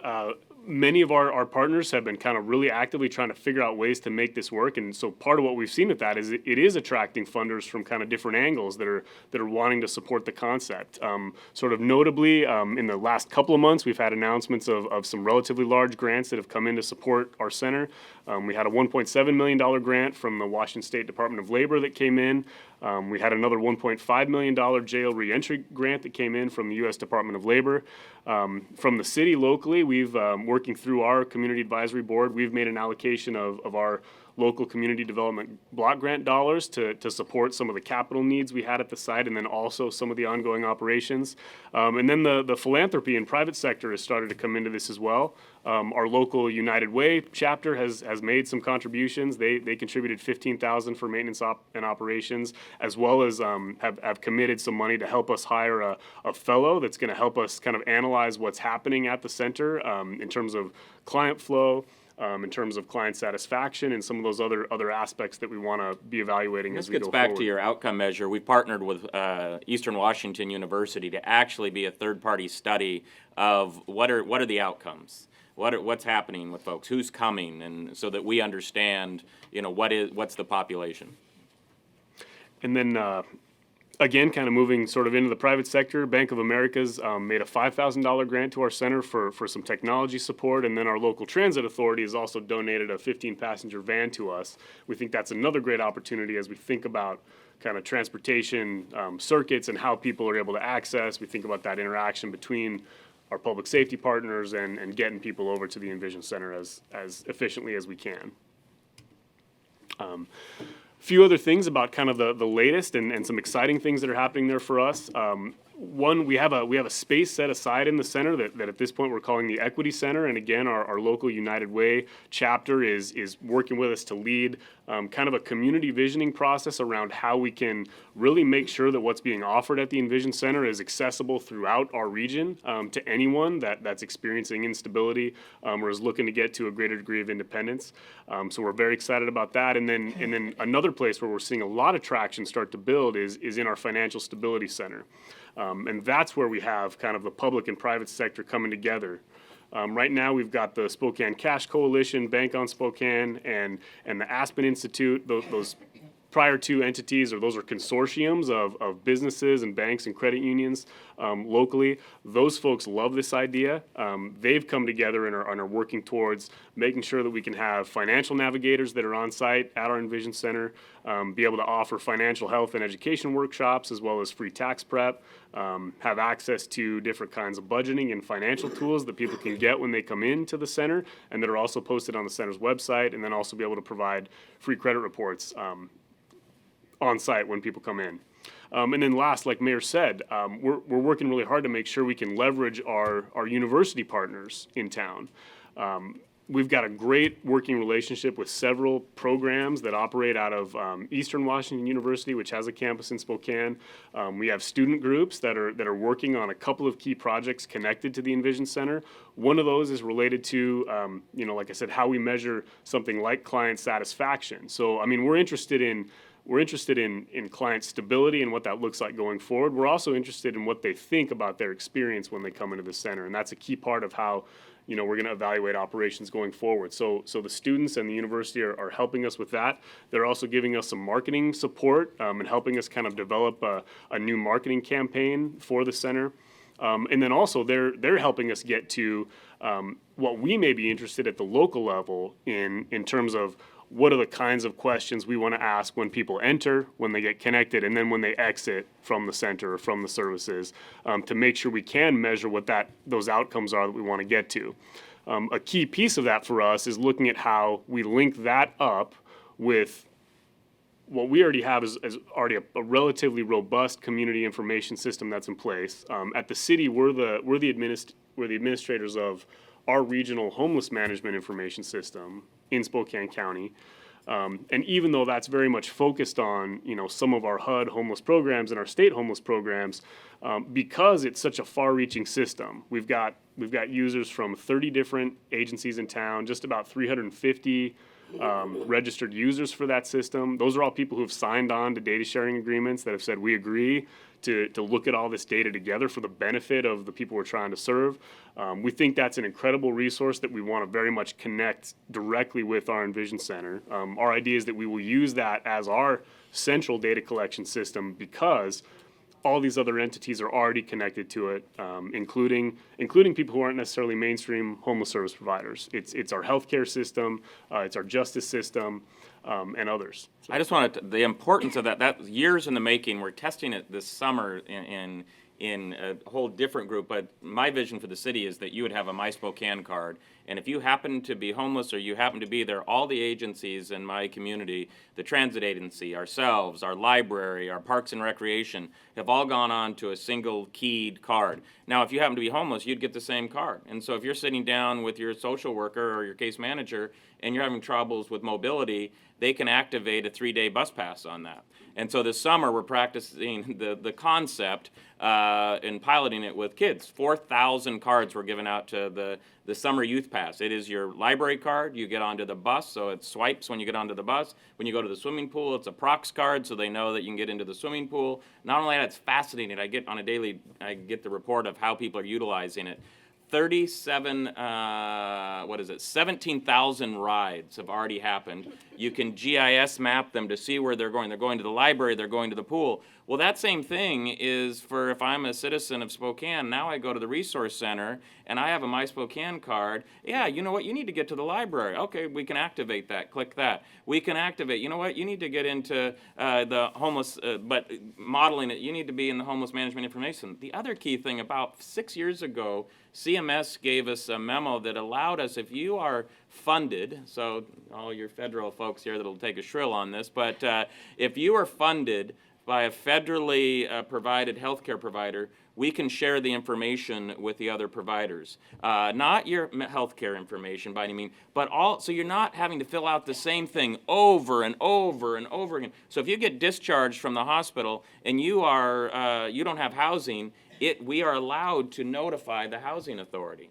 to say we're discharging this person and they don't have respite care. And so and this is a little bit cerebral in some senses. That's why the EnVision Center, a location is so key to this. Because someone goes, well, what were you just talking about? Well, but the information goes with you. So now you come in with your My Spokane card a year from now, 18 months from now, and that data, and not only that, but the partners that Kelly's put together, they have to agree to be part of the data sharing agreement so that this person isn't refilling out everything every single time. Or if you come in, we're going to ask you once if you served in the military. And so when you go to the housing, then all of a sudden you just need housing. You don't care. I might also be, a person of color or some other issue, but you just need a housing. And someone goes, well, you're a veteran. You're here. We have openings in veteran housing for you. You might be eligible for something. You don't know that. And so it's fascinating as these things come together and working with the universities that can put these pieces together.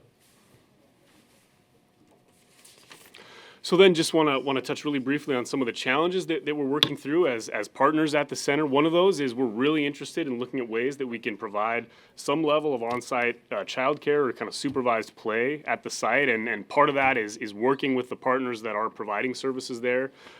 Some of the housing assessments, the common housing assessment tools that we use in our community, when you go through that assessment with a caseworker, if that assessment's going to be effective, you've got to be really truthful about what's actually going on with all these aspects of your life. And so what we've found and what our partners have found is that if people that have children with them, if you've got the ability to have those children be in a safe space that you can still see, and then you can have a direct interaction with the caseworker and have a deep discussion about what's truly going on in your life, what are the vulnerabilities that you're dealing with, it helps caseworkers direct that person to a much more appropriate set of services and interventions. So we are working with our partners right now to see if we can get childcare set up on the site.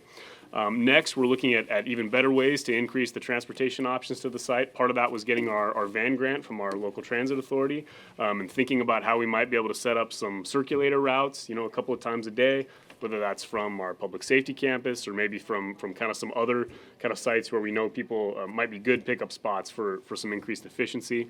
Then we're also working on how we can get to some better identification services for our clients. We know that a lot of them struggle with maybe needing to get another ID card because they've lost it or it's lapsed or whatever that is. And so that's one piece we're working towards pretty aggressively right now.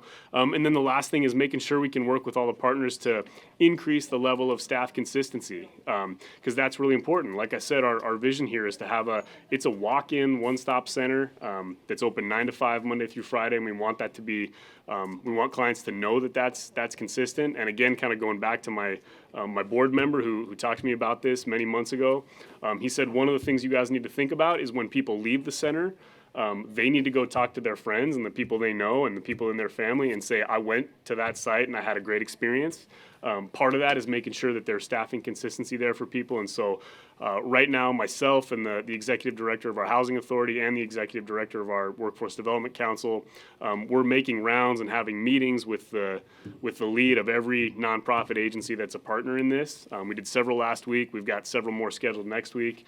And the point of that is to sit down face to face with them and again say, this is what's happening here.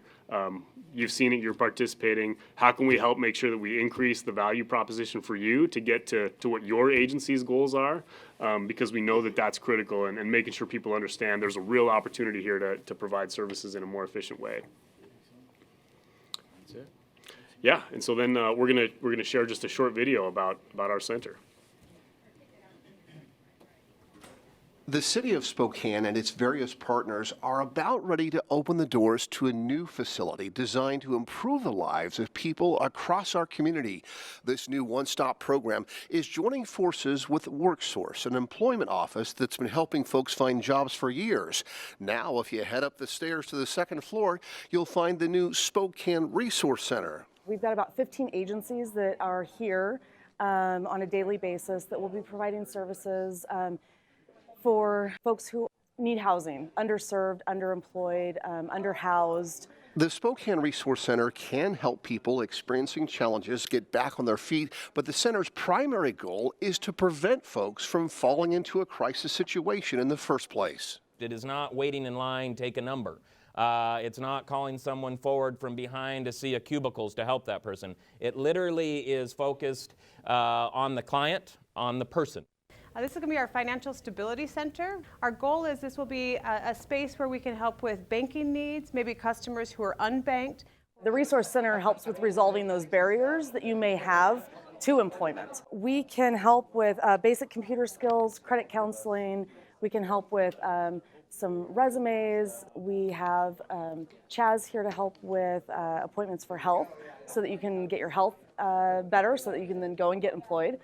We're open to anyone, anytime between 9 and 5, Monday through Friday, and we are envisioning a more connected community. The new Spokane Resource Center at 130 South Arthur Street will be open and ready to help those in need starting on April 16th. Jeff Humphrey, City Cable 5. Okay, and that's what we've got, for today. So we're about to lose our feed to the webcast. Our folks around the country, the regional offices have a feed, so we'll close the formal portion. Again, I'll turn it over to Ben here in a second. I want to thank everybody for coming out. Well, I just want to thank everyone on behalf of the Secretary. I'll tell you all, this idea came from Secretary Carson because he just believes in the unlimited potential of people. That's really where his heart is, and especially the unlimited potential of children. We were in Atlanta. We were visiting public housing in Atlanta, and the Housing Authority director brought the secretary into a school, wanted to introduce him to some of the children, and they greeted him playing the harp. And they were so excited to show the secretary robots that they built from scratch. So the secretary, saw this, was thinking about this, and said, all we need to do is help people, and they can really do it on their own. And that's where he came up with the idea of EnVision Center. You all know Proverbs, without a vision, the people perish. So he met with Abraham, who shared with him a clock, and the message from that clock was loud and clear. Time. Time is our biggest enemy. The sooner we can help people, the more we can help them. And so we're always limited in the government. We're limited with resources, we're limited with people, we're limited with everything, but our biggest limitation is time. So the quicker we help people, the more we can help them. Here at HUD, we're going to be focused on building this from the ground up. So RRAs, we have a lot of our staff from the field, RRAs, our field office directors here, who are going to be working with the other federal partners. We're going to be working with HHS and Interior and the EPA, DOE, working with everybody. Because, this is our mission. Our mission is to help people. So, of course, all of you know Unibird. You also know Chris Taylor. They're going to be taking a major lead on this from headquarters to help deliver these services into the field, along with myself and Tim Smith, who's already been leading this effort. So we can't thank you all enough for coming. We can't thank you all enough for everything you're doing. And we promise we'll get you the leadership and help from headquarters you need to do that. So, Tim? All right. That's it. Thank you, everyone. Please. We'll huddle after.